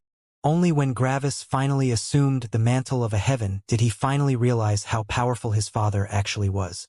It felt impossible to Gravis that anyone could be a threat to him while being inside his cosmos. The fact that the opposer was a real danger to Orthar while being inside his cosmos was frightening. If the opposer really managed to find Orthar outside, it wouldn't even be a fight. It would be similar to a fight between Gravis as a heavens magnate and a heavens magnate with the same laws as him. However, Gravis quickly got rid of that thought and concentrated on the task before him. He had to try his absolute very best. He had to pull out all of the stops. Gravis had to make use of all the advantages that he had. What were these advantages? Orther's laws, the major law of death, and, most importantly, the wave of energy he would receive soon. Gravis knew that starting a new cosmos needed time and energy. It also needed a certain amount of energy to break through thresholds. What did he mean by that? Well, if there were a supposed realm that required a certain amount of comprehension to reach in a certain time frame, it might be literally impossible for any living being to reach that comprehension in said time frame with only a certain amount of energy at their disposal. Law comprehension areas could more clearly show their concepts if they were more powerful. However, it required energy to boost these law comprehension areas to such intense levels of power. Sure, Gravis would be able to transform the used power back into energy, but that wouldn't happen instantaneously. That meant that every law comprehension area reserved a certain chunk of energy of the cosmos.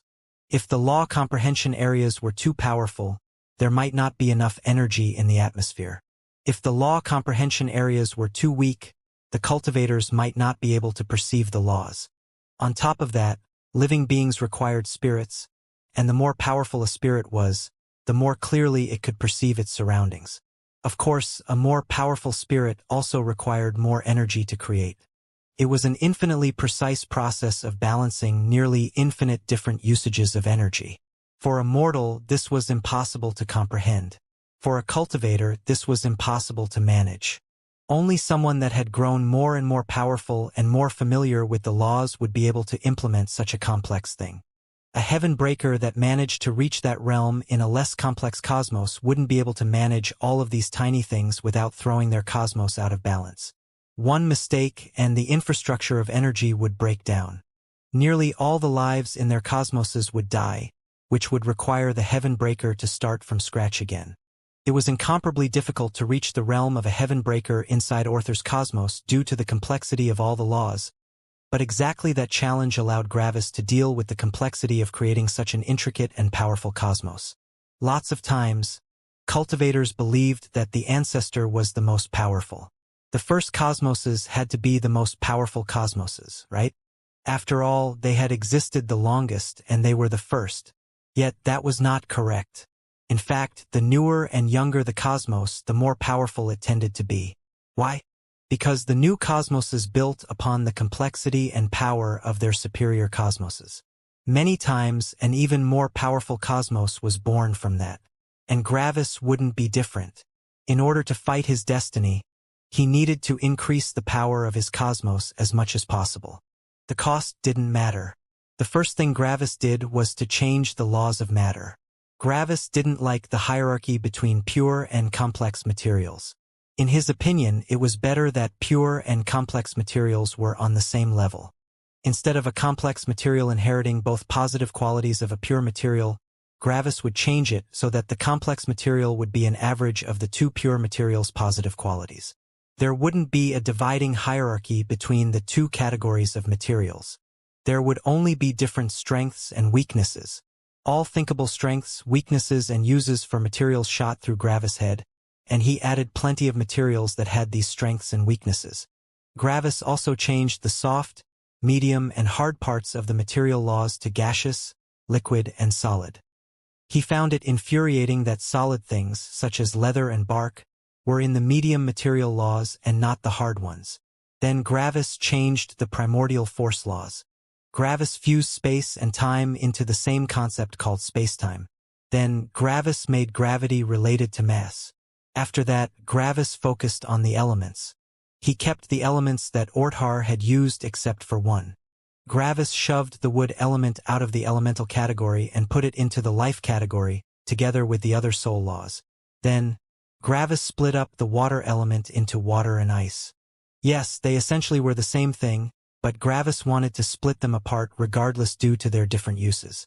Gravis also changed the emotional laws to include more emotions, and he changed the laws of perceived reality to include more concepts. Thousands of years had passed in Orther's cosmos, and it would have actually been more if Gravis wasn't using energy from Orther's cosmos to speed up the time of his cosmos.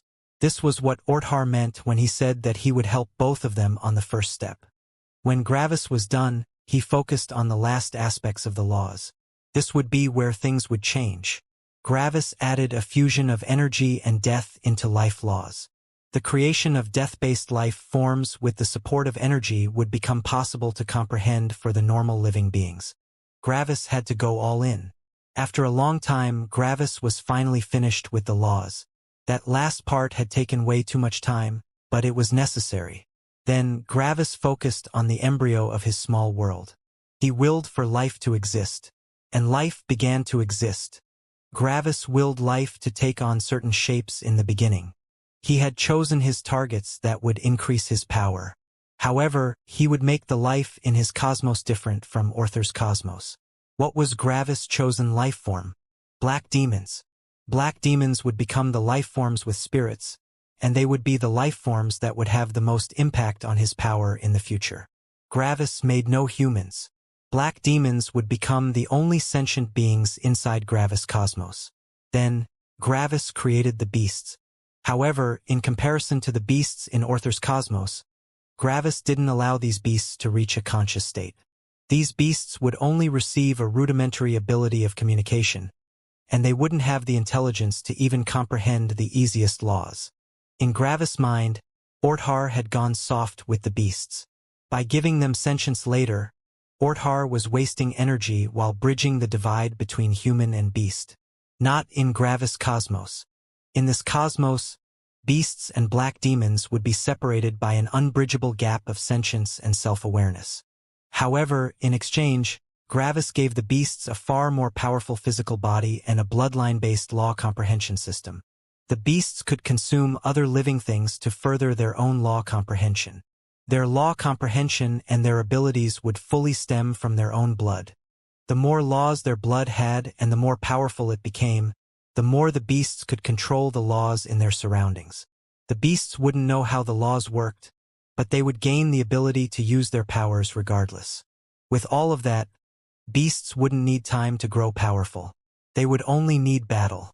They didn't need comprehension, only battle. Additionally, Gravis gave the beasts an incredible ability to multiply. Powerful beasts would multiply like cockroaches and would quickly become adults. Of course, the trade-off for all of that was that Gravis couldn't use the laws and will auras of the beasts in his cosmos. What was their purpose? They had three purposes. First, they would pull in a lot of energy since they grew very powerful very quickly. Second, they would serve as the primary tempering for the black demons. Third, they would defend the black demons. Defend the black demons? That didn't make any sense. By the sounds of it, the beasts would be the primary danger to the black demons' survival.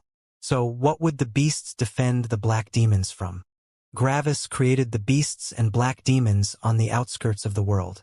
In comparison to Orther's worlds, the energy density of Gravis worlds would gather on the edges. The closer one was to the edge of a world, the denser the energy. And in the middle of the world, Gravis focused on his created law of death-based lifeforms. Gravis had to give his all. If he didn't try his absolute best, he wouldn't be able to avoid his destiny. So, Gravis decided to make his own version of his father's cosmos. Gravis would make a world filled with energy and death. It was incredibly dangerous. It was insanely cruel. If Gravis mishandled his cosmos, it would turn into pure death, and it would essentially vanish since death couldn't keep a permanent state easily. If Gravis had a choice, he wouldn't do that. He didn't want to create a cosmos of suffering. Yet he had to. This could be the thing that decided the difference between survival and death for Gravis. If he managed to get through this, he could always just eradicate the death inside his cosmos. Sure, that would also eradicate all his progress, but he could start anew. As long as Gravis was safe, he could create a new one. But for now, he needed power. In the middle of Gravis' only world, monsters of death appeared. Revenants, ghosts, amalgamations of body parts, parasites, monsters made of nothing but tentacles, wheels filled with eyes with wings, tongues with teeth growing out of them, floating maws. Gravis used abstract and monstrous forms for these lifeforms to create a feeling of wrongness and fear in both beasts and black demons. They had to know that these things were their enemies. They had to know that the death-based lifeforms were the biggest threat to their survival. They had to eradicate them. They had to become powerful to survive. Then, Gravis willed them into existence. As soon as the death-based lifeforms appeared, they turned the surroundings black. A reviling odor of decay and stagnation filled their surroundings. The death-based lifeforms loved that smell, but the normal lifeforms hated and feared it. War immediately broke out. The death-based lifeforms began to fight and devour each other, becoming more and more powerful in the process. They couldn't comprehend laws. They could only become more powerful. Their minds were filled with absolute violence, hatred, and pain. Their existence was pain. Their behavior was violence. Their perception of the world was hatred. The worst thing that had ever happened to them was existing. Yet, they didn't have the mental faculties to comprehend it. They were unable to imagine death. They had to survive. They had to eat. They had to grow. They had to destroy. Everything was the enemy. The beasts and the black demons began fighting very quickly, and the beasts also quickly began fighting with the death-based lifeforms. As the years passed, most of the beasts focused on the death-based lifeforms. The black demons were on the edge of the world, and the beasts separated them from the death-based lifeforms. The black demons tried to survive the never-ending tide of beasts. However, they failed. The black demons were eradicated. It had simply been too much. Gravis had expected something like that. Finding the perfect balance on his first try was impossible. He would need to tweak everything again and again until the black demons would just barely be able to survive as long as every single member swore their entire life to fighting for survival. Years upon years passed with Gravis recreating the black demons and even the beasts again and again. Eventually, the black demons just barely managed to survive. However, every member had to fight. Children had to be thrown into life and death fights. War was constant. Happiness didn't exist. Freedom didn't exist. Everything that Gravis strived for didn't exist in his cosmos. Gravis' eyes became bloodshot with rage and hatred as he watched his cosmos be ravaged by nothing but hatred and violence. Yet it was necessary. He had to. He hated himself for doing all of this. But there was no other way. He had to make an infinite amount of lifeforms live an existence akin to torture in order to avoid his destiny. There was a word in Orther's cosmos, unknown to these war-torn lands. Peace. This concept didn't exist. In Orther's cosmos, Gravis opened his eyes as he smiled. "I'm ready for the next step," he said, seemingly excited. Orthar couldn't see Gravis' cosmos, and Gravis had to appear like he hadn't just created the antithesis of happiness and freedom. Mortis had also already finished. Orthar looked at the two of them and nodded. Then, for the strengthening process, I will strengthen Mortis. You will strengthen Gravis, Orthar said to the opposer. The opposer flew over to Gravis and looked him in the eye. The two of them shared a knowing glance. They couldn't talk to each other without revealing something to Orthar. After all, this was Orther's cosmos, and not even the opposer could keep his messages a secret from him. They had never shared their plan with each other in the open. Yet they both knew it. Orthar flew over to Mortis and put his hand on his shoulder. "You will keep your promise?" Mortis asked Orthar as he looked him in the eyes. "Yes, Azure won't have to face death," Orthar said. Mortis nodded. Then Mortis looked at the opposer.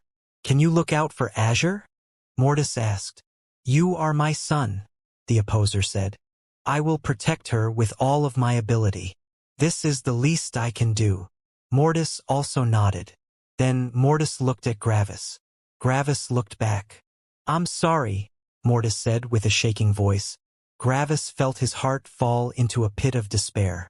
He tried his best to remain emotionless, but he couldn't. "No, I'm sorry," Gravis answered with an equally shaking voice. "I enjoyed our time together," Mortis said. "I did too," Gravis said, keeping back his tears. Then, Mortis revealed a bright smile as tears ran down his eyes. "You can start," Mortis said. "You won't die," Orthar said. Mortis closed his eyes in a peaceful expression. Gravis gritted his teeth with unending rage, helplessness, and frustration. Then, he shot a determined glance at his father. The opposer nodded and put his right hand on Gravis' shoulder. Gravis felt an insane amount of energy enter his cosmos through his human body. Gravis immediately used a huge chunk of that energy to accelerate time while using the remainder to strengthen his cosmos. Then he closed his eyes. Gravis knew exactly that when he opened his eyes the next time, his destiny would be decided. Gravis Cosmos began to expand violently under his constant supervision. Every failure from now on wouldn't sap Arthur's energy but his father's energy. Gravis couldn't allow any failure. He focused on his cosmos with every last bit of concentration he had to spare. It was even more stressful than when Gravis had been beset by sin monsters. Many years passed, and Gravis Cosmos grew to an astounding size. Gravis split the worlds apart into different levels, and he created a vast network of different worlds that each served one specific purpose: power. As time passed, Gravis felt his power grow to unfathomable levels. His will was so incredibly powerful. His physical power was so incredibly high. He had so much energy. He had so much death. He had so much brutality. Yet Gravis feared that it wasn't enough. He needed more, because he knew exactly what would wait for him when he opened his eyes again. Arthur's plan had caught all of them, and he had to do everything in his power to escape from it. He had to survive, both for his sake and his father's sake.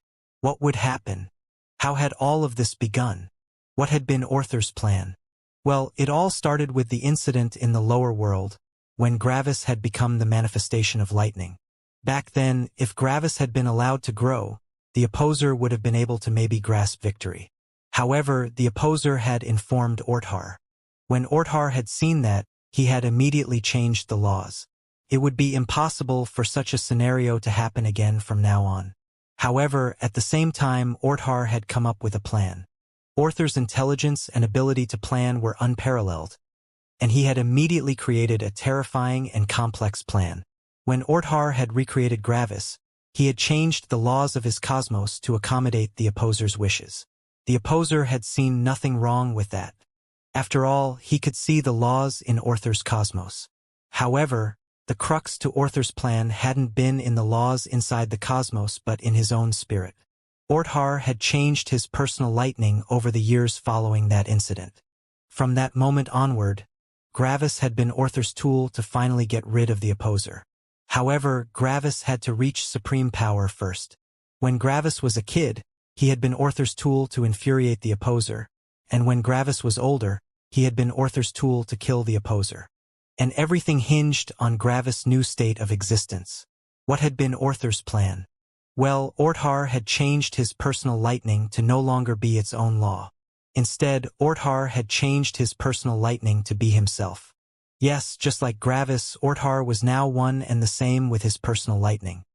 He had infused all his will into his lightning and had become it. The opposer had noticed the change, but there had been nothing he could do. If he attacked Orthar now, everything would go down like back then. However, with both of their cosmoses resetting, Orthar would be able to regain his energy faster than the opposer could. Additionally, the opposer would lose all his loved ones, whom he now cared about. So, the opposer could only rely on Gravis. Sadly, the opposer couldn't inform Gravis about any of this. Why? Because time was on Arthur's side. If the opposer compromised Arthur's plan by revealing it, Orthar would have simply killed Gravis. He could afford to waste this chance. He definitely didn't want to, but he could. The opposer couldn't. The opposer would continue living for billions and billions of years, but eventually, he would make a mistake. He couldn't remain perfect forever. Orthar knew that. However, billions upon billions of years was a long time even for Orthar, and while the opposer was inside Arthur's cosmos, Orthar couldn't unleash much power on the outside. While the opposer existed, Orthar couldn't allow himself to become enemies with any strong enemies on the outside. That severely crippled his entire existence. If someone really powerful found Orthar and decided to kill him, Orthar would be forced to use his energy to defend himself, which would give the opposer the edge, which could very well result in Arthur's death. So, while waiting wasn't as much of a risk for Orthar as it was for the opposer, it was still a risk. Because of that, Orthar wanted to kill the opposer as soon as possible. And Gravis was the key. In comparison, the opposer wanted to kill Orthar. However, as long as the balance didn't change, the opposer couldn't kill him. However, in order to make Gravis powerful enough to make a difference, Orthar would also need to expend his energy. This would break the equilibrium and would give the opposer the chance he needed to kill Orthar. It all depended on Gravis. In the beginning, Gravis had been fully following Orther's plan. Everything was going perfectly. However, then the first hiccup arrived. It was Gravis' decision to offend his lightning when he decided to let that middle heaven leave. Orther's plan hinged on Gravis being one with lightning. However, his plan was still in motion. He could work around that. Then the second hiccup arrived. It was when Gravis had created Mortis. Gravis had distanced himself from Orther's concept regarding lightning, and over the years, he had changed the concept of lightning more and more. By now, Gravis was no longer connected to Orther's concept of lightning. He had created his own lightning. This was no longer void lightning but something entirely new. This was an issue for Orthar since his plan didn't work anymore. However, Orthar quickly changed his plan to the new circumstance. Now, his concentration was on Mortis. After all, Mortis was the version of Gravis Orthar needed. Yet, Gravis' survival was still paramount. Why? Because the opposer had realized Orther's plan by now, and if Gravis died, the opposer wouldn't have any chance anymore to pull everything around when the fated moment arrived. If Gravis died, the first thing the opposer would have done was to kill Mortis. From then on, everything was set. The die had been cast.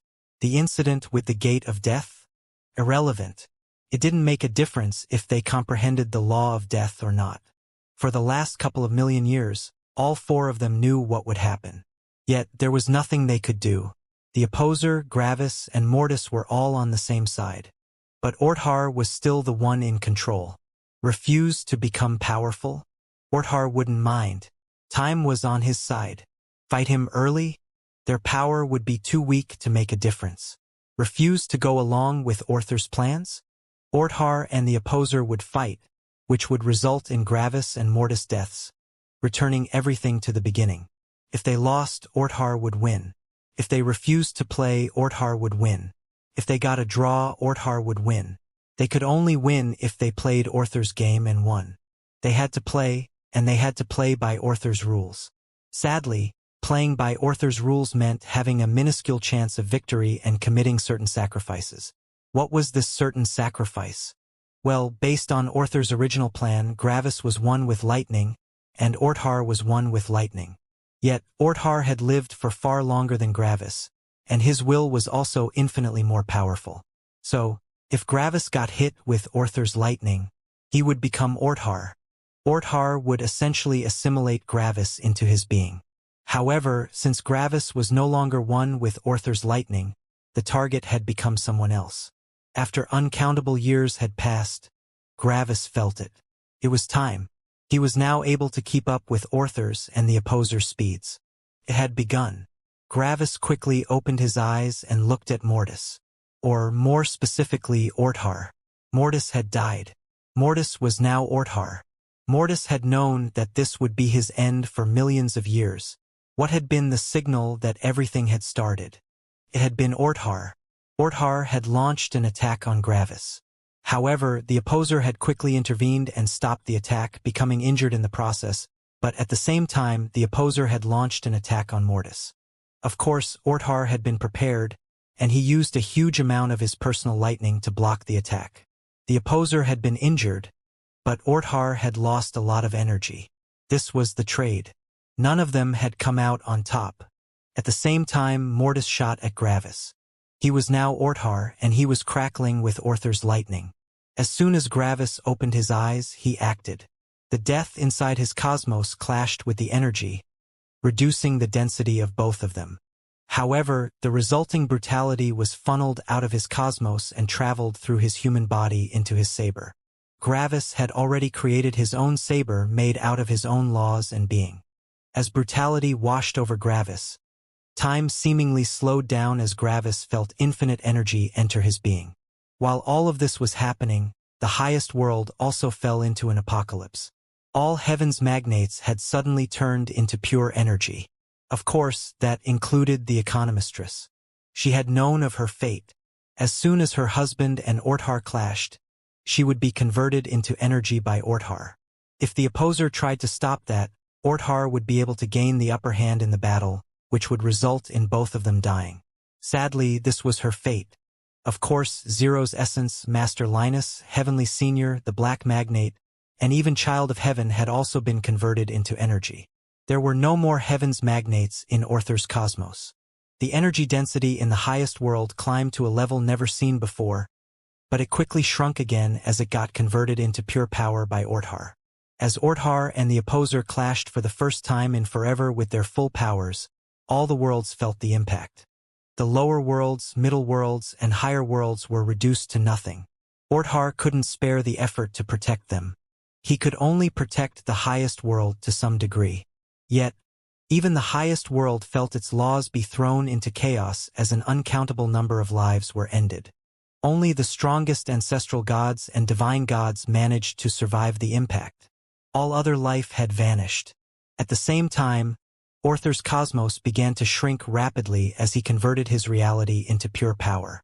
The attack Orthar had used when Gravis had been a child was nothing in comparison to this clash.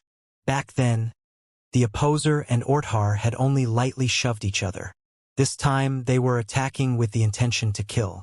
The devastation between these two incidents couldn't be compared with each other. At the same time, Gravis was attacking Mortis with the intention to kill. His saber quivered with brutality, nearly being destroyed in the process. Then, Gravis struck down. Boom! Mortis was torn apart vertically. His spirit, which had been in tune with Orthar, had been destroyed. Even though Mortis had been Orthar, he had still had his own spirit. His cosmos had still been under his control. With Gravis' attack, Mortis' cosmos had lost its identity. It was now an empty body without a will. It wasn't any different from someone that had died to samsara. Gravis and Mortis' power could no longer be compared. Gravis finally found a ray of hope. He had to help his father. Bang! Suddenly, Mortis' human body exploded into Orther's lightning, which immediately entered Gravis' human body. The attack had been so fast that Gravis hadn't been able to react. At this moment, Gravis realized that he had fallen into Orther's trap. Orthar had expected Gravis to create a cosmos similar to his father's. He had never made Mortis into someone that could kill Gravis in an equal fight. No, he had transformed Mortis into a bomb. To the very end, Orthar had said that Mortis wouldn't die. Of course, he had lied. Orther's lightning traveled through Gravis' body into his cosmos. It wasn't destroying anything in the process. When Orther's lightning appeared inside Gravis' cosmos, it began to multiply rapidly and took control over a huge part of the energy inside it. Gravis will quickly suppressed it so that it could only take control of 10% of Gravis' energy. Yet that was already enough. Orther's lightning followed the rules of already prepared principles and immediately sought out balance. And the only instance of balance in Gravis' cosmos was the filter protecting him from the primordial chaos. Orther's lightning hit the filter, and Gravis had to use up an insane amount of energy to counter it. Gravis couldn't use death or brutality because those forces would destroy his own cosmos. Gravis could only use those forces in an offensive manner outside of his cosmos. Eventually, Orther's lightning was used up, and Gravis managed to keep the filter intact. The primordial chaos didn't enter his cosmos. However, the damage had already been done. Gravis' energy had reduced from being 50% of his cosmos to only being 30%. Death was still at 50%. There was now a ratio of 1.66 to 1 in death and energy. The balance of Gravis' cosmos had been more than broken. The death in the center of Gravis' cosmos violently expanded, suppressing the energy and getting rid of it. When Gravis saw that, he knew that he hadn't been able to escape his fate. It was impossible to recover from that. When the opposer saw that, he gritted his teeth. Eventually, reality had still set in. They had always expected Gravis and Mortis to die. Gravis, Mortis, and the opposer had known that. All three had known that Mortis and Gravis would die. This had been Gravis' fate. Death. This had been the fate he had wanted to escape from. This was what he had worked so hard to avoid. But in the end, it had still happened. Has it been unavoidable from the very beginning? Gravis thought. At the moment when Gravis' fate had become an inescapable reality, he calmed down. The cruelty of his cosmos didn't matter anymore. His will to survive vanished. He had accepted death. His only regret was leaving his loved ones behind. Seems like this is the end. Huh? Gravis thought with a bitter smile as he watched his cosmos. Father has his energy into me, weakening him. With Mortis dead, Orthar can absorb his cosmos, getting a huge part of his expended energy back. Orthar will have more energy than Father. His cosmos was being devoured by death, and when all energy vanished, Gravis would vanish along with it. In the end, Gravis found the irony in his death. I have tried so hard to avoid death. I have even created a cosmos that represents the opposite of my values. I have sacrificed so much, and I have done horrible things to survive. Yet, this very thing is the reason for my death. If I had just created a normal cosmos, this attack wouldn't have killed me. And Orthar knew that. Gravis chuckled a bit. He outsmarted me. Oh, how foolish I have been, trying to outsmart someone like Orthar. I've never had a chance to survive. Then Gravis smiled peacefully. However, even if I die, Orthar will also die. Gravis looked into a hidden corner of his spirit. There, he found a tiny piece of perceived reality. It had been there for an eternity. Gravis and his father had never been able to openly plan against Orthar since Orthar could always hear them. Except one time. There had been one time when Gravis and the opposer had been away from Orthar's surveillance. The gate of death incident didn't matter? It was irrelevant? It mattered. It was the deciding factor. When Gravis had been under samsara while trying to resurrect Mortis, he had been in the opposer's perception. And that was when the opposer had hidden his ace. The opposer had known about Orthar's plan by then, and he had hidden a tiny piece of perceived reality in Gravis' spirit. Gravis wasn't allowed to know the plan since Orthar could read Gravis' mind. Because of that, the opposer had hidden this tiny piece of perceived reality in a spot where Gravis could only find it when he was dying. When Gravis had seen it just now, he immediately knew what it was and where it had come from. Gravis broke the tiny piece. A piece of information entered his mind. Then, Gravis smirked. Gravis gathered the remaining energy of his cosmos and transformed it into a wave of will. And then, he unleashed it into Orthar's cosmos. Orthar felt the wave of will, but he couldn't interfere under the opposer's offense. The opposer knew what was about to happen, and he readied himself. The wave of will washed over the few survivors. And in unison, they all did the same thing. They spoke. Collectively, they said two words. Aaron Bauer. Orthar's eyes widened in horror. Aaron Bauer.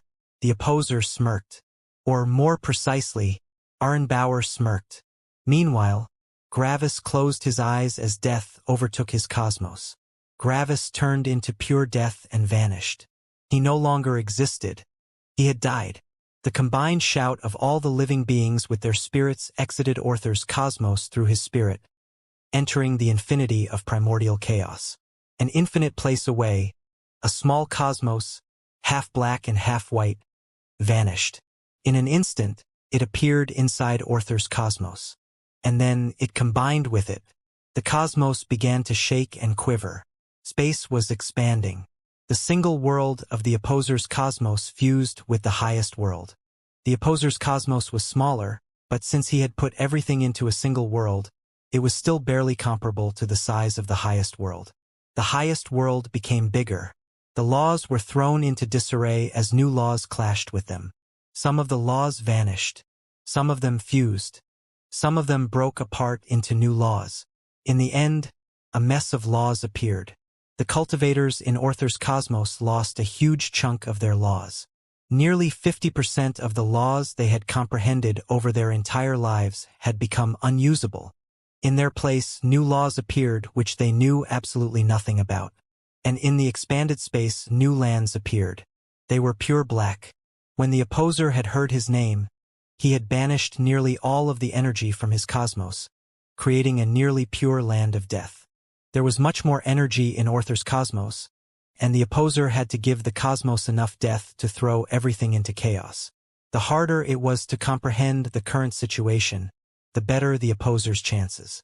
Orthar thrived on planning and knowing everything, while the opposer thrived in chaos. The opposers will took control over 20% of Orthar's cosmos, which was the part that had previously been his cosmos. The cultivators, which had already been submerged by terror and panic, found terror appear around them. Black and red. Everything was black and red. One of the powerful ancestral gods saw something appear right beside him. What was that thing? It was one gigantic eye filled with tentacles. How could such a beast even fight? The monster saw the cultivator, and the cultivator saw its eye. Hatred. Pure hatred. The cultivator had never seen so much hatred, and he was frozen in place. The eye let out an ungodly screech that tore the surroundings apart. Plants began to wilt. Rivers of blood flowed out of the earth. Cracks in space opened, revealing more eyes. When the cultivator heard the screech, his mind felt like it got hit with a hammer. He couldn't move his body. A solitary eyeball, the nerves still on it, fell out of one of the rifts in space, and it crawled through the open mouth of the cultivator. The cultivator's world broke down. And then, the beast turned away and shot into the distance, leaving a land of death behind it. For a long time, the cultivator had no idea if this was real. This couldn't have been real. I have to tell Master. The cultivator teleported away, and he quickly found his master, who was trying to organize all the surviving forces of his sect. Master, what you are? An eye appeared in the cultivator's throat, and when it managed to look into the master's eyes, the master received a shock to his spirit. The possessed cultivator shot forward and hugged his master. Then, tentacles and eyes broke out of him. Bang! The master managed to recover and tore his disciple apart with an explosion of fire. The monster inside the disciple had also been torn apart in the process. The monster had been able to fight an ancestral god, but it hadn't been able to fight a level 5 divine god. The master was still in shock. What just happened?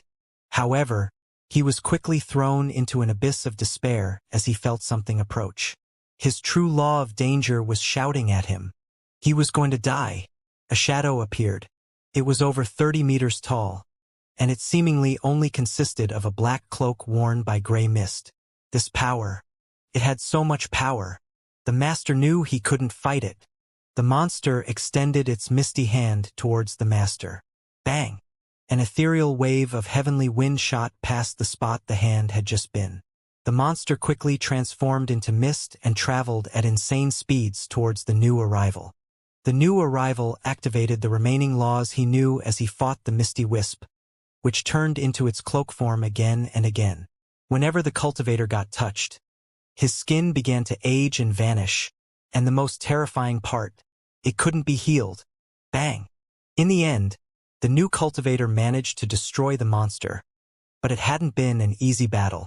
Ancestor! The master shouted. The ancestor looked with a solemn expression at the master.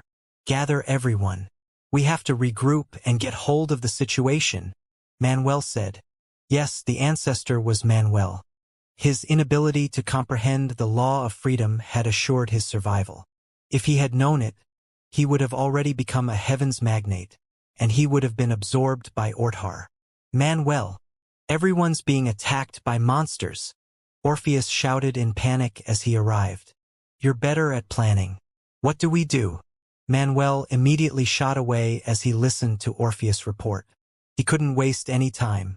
Hell was breaking loose in the entire highest world. Meanwhile, Orthar and the opposer were still fighting. As soon as the opposer's cosmos fused with Orthar's cosmos, Orthar was on the defensive. The offensive of the opposer was relentless.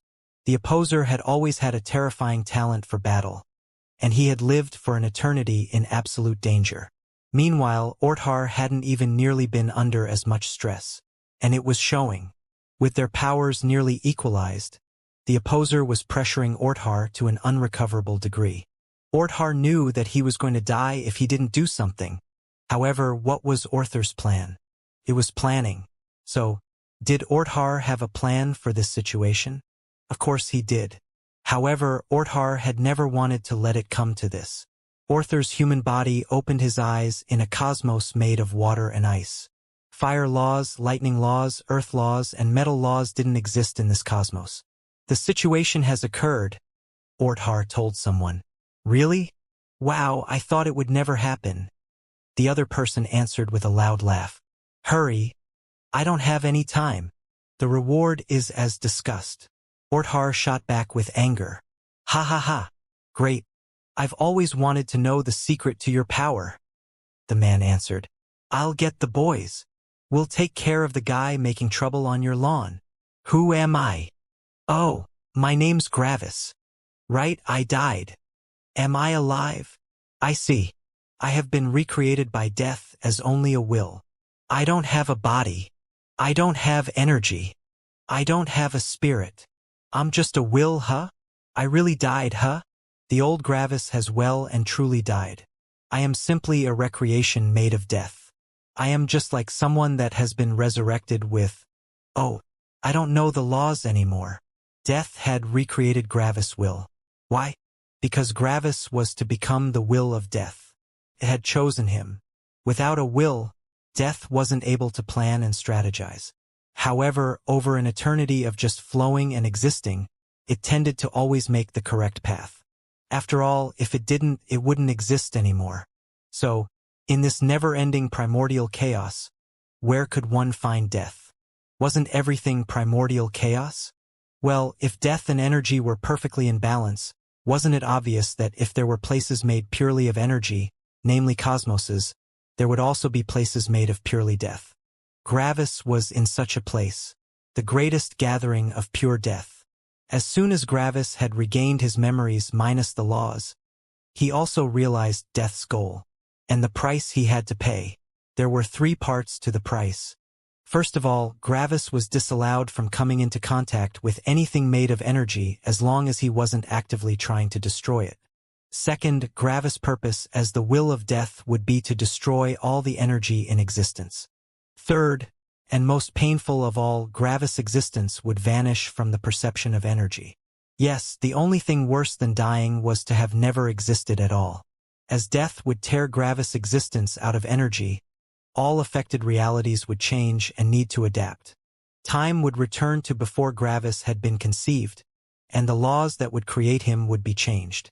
Manuel? He would never meet Gravis. Stella? She would never meet Gravis. The opposer? He would return to his previous cold self. Orthar's cosmos? It would return to how it had been before. These changes sounded impossible to pull off, but when one of the 3 components that made up existence itself acted, everything else had to follow. Gravis would never have existed. Mortis would never have existed. Eris would never have existed. Sarah would never have existed. Yersi would never have existed. It would be a reality without Gravis. And Gravis would be unable to build his own reality. He would forever represent death, and his purpose would be to eradicate all cosmoses and energy. Gravis wanted to sigh, but he couldn't without a body. Sure enough, the price was painful. Gravis' decision? Sure, go ahead. The fragmented, infantile perception of death seemingly brightened up. Then it vanished. If that infantile perception had been counted as a form of life, it had just killed itself happily. Death had been able to tell that energy was winning. It knew that energy had a will. It wasn't able to make any complex thoughts, which made it impossible to survive against something like that. That was why it sought out a will. And death had felt that Gravis was perfect. It felt like Gravis could pull off the impossible thing that everyone else had been unable to pull off. Be conscious, intelligent, and sentient, but accept the heavy price that comes with becoming the will of death. Such complex conscience could only be created by life forms made of energy. However, these life forms also had all their reality in energy. They couldn't accept such a price. After all, what had they lived for then? An eternity of never-changing loneliness with only oneself as company was too much even to the cruelest existences. Yet, Gravis had accepted the price rather quickly. As soon as the perception vanished, Gravis felt his mind expand. Eternity. Infinity. He felt death. Even with Gravis' perception and experience, he couldn't fathom how much he was currently perceiving, even when seeing it. He could only say that he was truly endless at this moment. At the same time, death clawed towards Orthar's and the opposer's cosmos. Existence froze. Death pulled out Gravis' existence from the cosmos. Reality trembled. Energy had to adapt. The energy moved around in changing shapes. It would turn back existence to a place when everything made sense again. CRK. An impossibly powerful wave of pure energy washed over Orther's cosmos. The laws were stabilized again. Memories were changed. However, existence didn't turn back the time. Gravis noticed it, and he looked with surprise at what had happened. "That's all I can do for you, Gravis." Gravis didn't hear these words, but he perceived them. Balance had interacted with him, and it had conveyed these thoughts to him. Gravis immediately knew who had interfered. The will of energy. The will of energy had essentially sewn reality back together so that existence didn't need to adapt by itself anymore. Gravis' existence was still deleted from everyone's memories, but the proof of his existence was still there. The opposer was still fighting around 5 people inside his shared cosmos with Orthar. There were 5 foreign heaven breakers, which were doing their best to kill the opposer while Orthar focused on keeping the cosmos stable. The fight looked even. The opposer's power had surpassed even Orthar's predictions. When Gravis had seen the will of energy interfere, he wanted to smile. Sadly, he didn't have a body. "I need a body." Death gathered into a human shape. However, since death couldn't easily take on a solid and permanent shape without the support of energy, Gravis couldn't recreate his body. In the end, Gravis only managed to create a 2-dimensional shadow of a human body. "Well, that's the best I can do." Then Gravis traveled to Orther's cosmos. He was about to destroy some energy. The opposer was fighting the 5 invaders. In his mind, it made sense that he was fighting them. However, Gravis had long since vanished from his existence. To him, his memories made sense. It was only natural that everything happened like this. The opposer had also remained in his changed mindset. He didn't return to his previous cold self. In his memories, he had simply begun feeling like this after having an enlightening thought about existence. Gravis had vanished. Xianxia also still existed, but she simply didn't have a father. She had only been conceived by Azure. Surprisingly, Mortis remained in everyone's memories. His existence, no one was thinking about where he had come from. He simply existed and everyone accepted it. That was simply reality. This was how things went. Stella? She had always been single. Her laws? She had comprehended them on her own. In an instant, Gravis arrived at Orther's cosmos. Then, the 2-dimensional shadow that was Gravis entered Orther's cosmos. The battle was violent and fast-paced. However, Gravis existed on a different level. Everyone was moving at irrelevant speeds to him. He could speed the perceived passage of time of his perception up if he didn't want to wait too long, but he could also think and move at such speeds that time seemingly stopped. The opposer's speed might as well not exist in Gravis' world. The 2-dimensional shadow appeared in front of Orthar. Orthar quickly noticed the shadow, but he couldn't comprehend what he was seeing. What was that? Why was this shadow here? Then, the shadow extended its thin arm towards Orthar and touched him. And Orthar stopped existing. He had simply stopped existing. That was all. The opposer felt that Orthar's will had vanished, and he gained control over the entire cosmos. The 5 invaders immediately fell into a panic and tried to leave. However, the opposer wouldn't let them. They were now inside his cosmos. The cosmos turned against them as the opposer's power was expanded towards the entire cosmos. Then, with one attack, the opposer killed all of them. After that, the opposer quickly pulled their cosmoses to his and absorbed them. An incredible wave of energy entered the opposer's cosmos. Lastly, the opposer's perception went to the death inside his cosmos. And he banished it. The opposer washed the death out of his cosmos. There was no more death. The monsters vanished. The hellscapes vanished. And only the familiar lands of the highest world remained. However, the laws had still been altered on a fundamental level, and the opposer would need to stabilize them again. But he would do his absolute best to accommodate all the surviving beings of the cosmos. He had enough of death. He had enough of pressure. He had enough of fighting. Over such a long time of being like this, he had learned to hate it. Ever since he had come to realize his love for his family, he had hated being this cruel to everyone. He just wanted to live in peace. The opposer looked at the ravaged cosmos with melancholy. He had thought that he would be relieved when he finally managed to get rid of the old bastard. However, he was only filled with grief. His wife was dead. Mortis was dead. Zero's essence was dead. The black magnate was dead. Only Orpheus and his granddaughter, Xianxia, remained. Everyone else? Dead. Should he resurrect them? No. He could still recover his happiness in the future, and he could still remember his time with them. However, if he resurrected them now, everything involving his dead loved ones would become gray and unimportant. It would take away the worth of his shared time with them. One could only value something that one could lose. Gravis looked at his father with a shadowy smile. His father was finally free.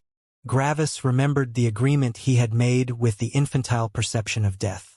He wasn't allowed to interact with energy as long as he didn't plan on destroying it. And then, Gravis flew towards his father. Agreement? Fuck the agreement. He had never planned on keeping his word. He was Death's will now. The past agreement had been between two parties, and now Gravis was both parties. He could annul the agreement if he wanted. Who was going to stop him? He could do whatever the fuck he wanted. Of course, the infantile perception of death would kill Gravis' will if it heard of it. However, it didn't exist anymore. Gravis took its place. Yes, in essence, Gravis had scammed a child. And he didn't regret it. Annul his existence? Sure. He would just make a new one. He was going to act and live with energy. He wasn't planning on ending it. Fuck that. He did whatever he wanted. Also, Gravis wasn't even the only one that did that.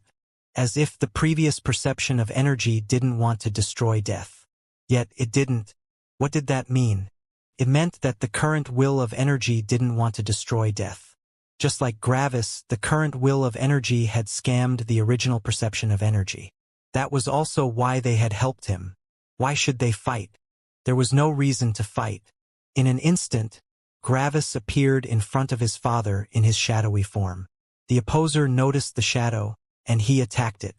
However, his attack turned to nothingness. The opposer quickly realized that he was outmatched, and he was about to take some very drastic measures. Wait! I'm not here to fight. The opposer felt the filter of his cosmos talk to him. Immediately, the cosmos realized what was happening. His mind was moving at incredible speeds, and he made all the relevant connections. Death had received a will, and it arrived in front of him. Since death couldn't interact with energy, it was using the balance in the cosmos's filter to convey concepts to the opposer. What do you want? The opposer asked coldly. I want to tell you a story, the will of death answered. A story? The opposer asked with confused skepticism. Yes, it's a good one. It's a story about a young boy that thought lightning is the only way. Like this. No, not like this. I cut off part of my femur to make a blade. You should know what a blade looks like. Yes, but I haven't done that before. Just imagine it. So, like this. Wrong cut. It's more of a diagonal one. The opposer frowned. He was just recreating reality to include Gravis again. Gravis had told his father his story, and the opposer very quickly realized that Gravis was speaking the truth. First of all, the opposer knew about the ultimate price one had to pay to become the will of death. Second, after Gravis highlighting weird parts in the opposer's memory, the opposer realized that his memories didn't make much sense in some parts. Sure, to him they felt natural. However, the opposer could see that Gravis' explanation made more sense. The opposer was still unused to having another son, but he tried his best to accept Gravis. Why is our last name Bauer anyway? Gravis asked. What's with that question? The opposer asked. Well, I just thought of it, Gravis answered. Back in the old world, we spoke a different language. Bauer means farmer in that language. I think the old bastard changed the language so that no one would ever think about creating the word Bauer again. Wait, so I'm literally called Gravis Farmer? All this time without knowing my last name? And it's just straight up farmer? Gravis asked. What did you expect? You saw my past. I was born into a farmer's family, and mortals often have very straightforward last names. The opposer answered matter-of-factly. The great will of death, Mr. Bauer, Gravis mocked. You can change it if you want. Who's going to stop you? The opposer asked. Nah, I don't wanna, Gravis answered. It's my name, and I'll just have to deal with it. Also, the entire name thing doesn't really matter anymore. After all, I don't have a cosmos. Then Gravis frowned. That might actually be for the better. The only time I created a cosmos, I made a land of suffering. You had good intentions, the opposer said. So? You should have seen it. I think I went even crazier than you. I doubt that, the opposer answered. As Gravis and his father continued to bicker lightheartedly, the opposer was focusing on adapting the reality of his cosmos to include Gravis. It was a lot of work since Gravis couldn't directly create images since he had no access to energy. But eventually, they managed to somewhat make it fit. A couple of minor details were different, but everything important was there. And then, when they were finally done, the opposer was just waiting for the go-ahead. Wait here. I want to test something, Gravis said before vanishing. The opposer lifted an eyebrow, but he quickly saw what Gravis meant. Inside a room, a gray shadow appeared. Gray? Hadn't Gravis been a black shadow? Well, the opposer had created a shell of balance around Gravis. With that, Gravis could interact with energy without using the filter of the cosmos. Gravis would only need to pull the shell of balance along with his shadow. The room Gravis had entered wasn't empty. Someone was in here already. Stella opened her eyes in shock as she saw a gray shadow appear in front of her. For a second, she became incredibly confused. She didn't know what this was, but it also didn't feel dangerous. Additionally, as the most powerful peak divine god together with Ark, she was the most powerful existence in this cosmos below the opposer. So, who could even do something like that? Because of that, Stella didn't immediately attack. For a while, the shadow only hovered in front of her. Then it slowly went to the door. Creak. The door slowly creaked open. Bang. Then the door slammed shut. Then it creaked open again. What are you doing? Stella asked. I'm a spooky ghost, Gravis answered. A spooky ghost? Stella asked. Yes, are you scared? Gravis asked. How about I make some of the furniture float? Would that work? Stella could only look in shock at the gray shadow. Her perception stretched to the opposer. In comparison to Orthar, the opposer didn't keep his whereabouts a secret. Is this your doing? She asked. No, this is a spooky ghost, the opposer answered with a neutral voice. Stella couldn't properly react to the opposer's words. Are you playing a joke on me? She asked nervously. Do I sound like I'm joking? The opposer answered with a neutral voice. This threw Stella's mind into overdrive. He? Clank? Clank. Stella looked over when she heard a sound, and her eyes widened. The gray shadow was wearing a suit of armor, and it was using swords as legs and arms. Look, I have swords for legs, the armored ghost said with amazement. After this assault of confusing situations, Stella could only do one thing. She could only laugh. Gravis smiled when he heard Stella's laugh. Oh, how he missed it. Time passed. Gravis got to know Stella, and their love was reignited. Even though Stella had no memory of Gravis, it was like they had always been together. Then, Gravis told her about what had actually happened and that her mind had been altered. When Gravis came to the changed reality the opposer had created, she had immediately accepted. She wanted to remember her life with Gravis. After that, Gravis went to all his other friends in Xianxia. They also all wanted to remember him. Luckily, all of his friends had been divine gods, which meant that they had survived the first and second culling. The first had been the absorption of the heavens magnates. The second had been the assault of the opposer's cosmos. They had all been at the perfect level of power to survive both of the dangerous incidents. In the end, the opposer replaced the current reality with his altered one. Gravis' existence had been recreated and added to the reality again. Everyone remembered him, and they were all so incredibly happy when they knew that he was still alive. Sadly, not everyone had survived. Mortis' death hit Azure hard, but Gravis knew that she would recover in time. Cultivators on their level only very rarely got stopped by the death of a loved one. They had all gone through enough pain in their lives. They knew how to deal with it. And survival? That didn't matter anymore. The opposer created separate spaces. Those that wanted to cultivate could live in the world with the old rules. Longevity, tempering, law comprehension, the entire thing. However, if they decided to take a break or retire, they could go to a separate part of the cosmos. In there, they could live for as long as they wanted, and fighting was forbidden. However, there was nearly no energy in that world, and the laws couldn't be perceived. After having ruled over a cosmos of suffering for 50 billion years, the opposer had created the opposite, a cosmos that people could live happily in. Of course, it was still their choice. Additionally, the opposer wouldn't hold people back from ascending. If they were able to become heaven breakers, they could leave. The path was open. The prison was no more. And if a heaven breaker tried to kill the opposer, well, the opposer's power had fallen by several levels after the fight. After all, he had no more access to death inside his cosmos. However, he could just tell his son. He could deal with them. A long time passed. Hey, I want to have children. Can you do something about that? Death in the primordial chaos contacted balance, which contacted energy. Yes. The will of energy answered. Okay, cool. So, could you? Gravis asked. I'm not gonna. Why not? Gravis asked in shock. Because it's boring. The will of energy answered with mirth. Boring? Yes, boring. All right. What do I have to do to not make it boring? Gravis asked with annoyance.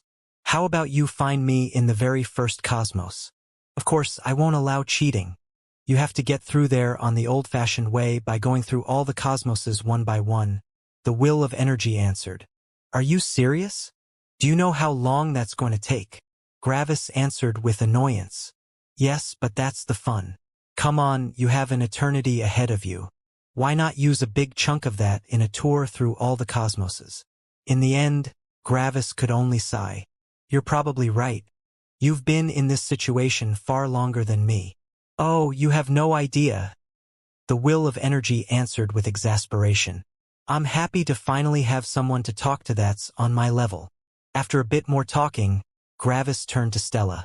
Wanna go sightseeing? Sure, Stella answered with a bright smile. It was a bit weird not being able to touch her husband's body or being able to see him, but she had gotten used to it. Also, it wouldn't always be like this. After all, the will of energy had said that they could do something about it. Then, Gravis asked his father if he wanted to join them. Sure, the opposer answered. As the owner of the cosmos, he didn't need to constantly be present. His human body could just follow along the cosmoses. If he wanted, he could send Gravis and Stella back into the cosmos whenever he wanted. It was essentially a mobile home. And like that, Gravis, Stella's, and the opposer's journey through all the cosmoses began. It would take a long time, but they were happy and free. And that's all that counted, right?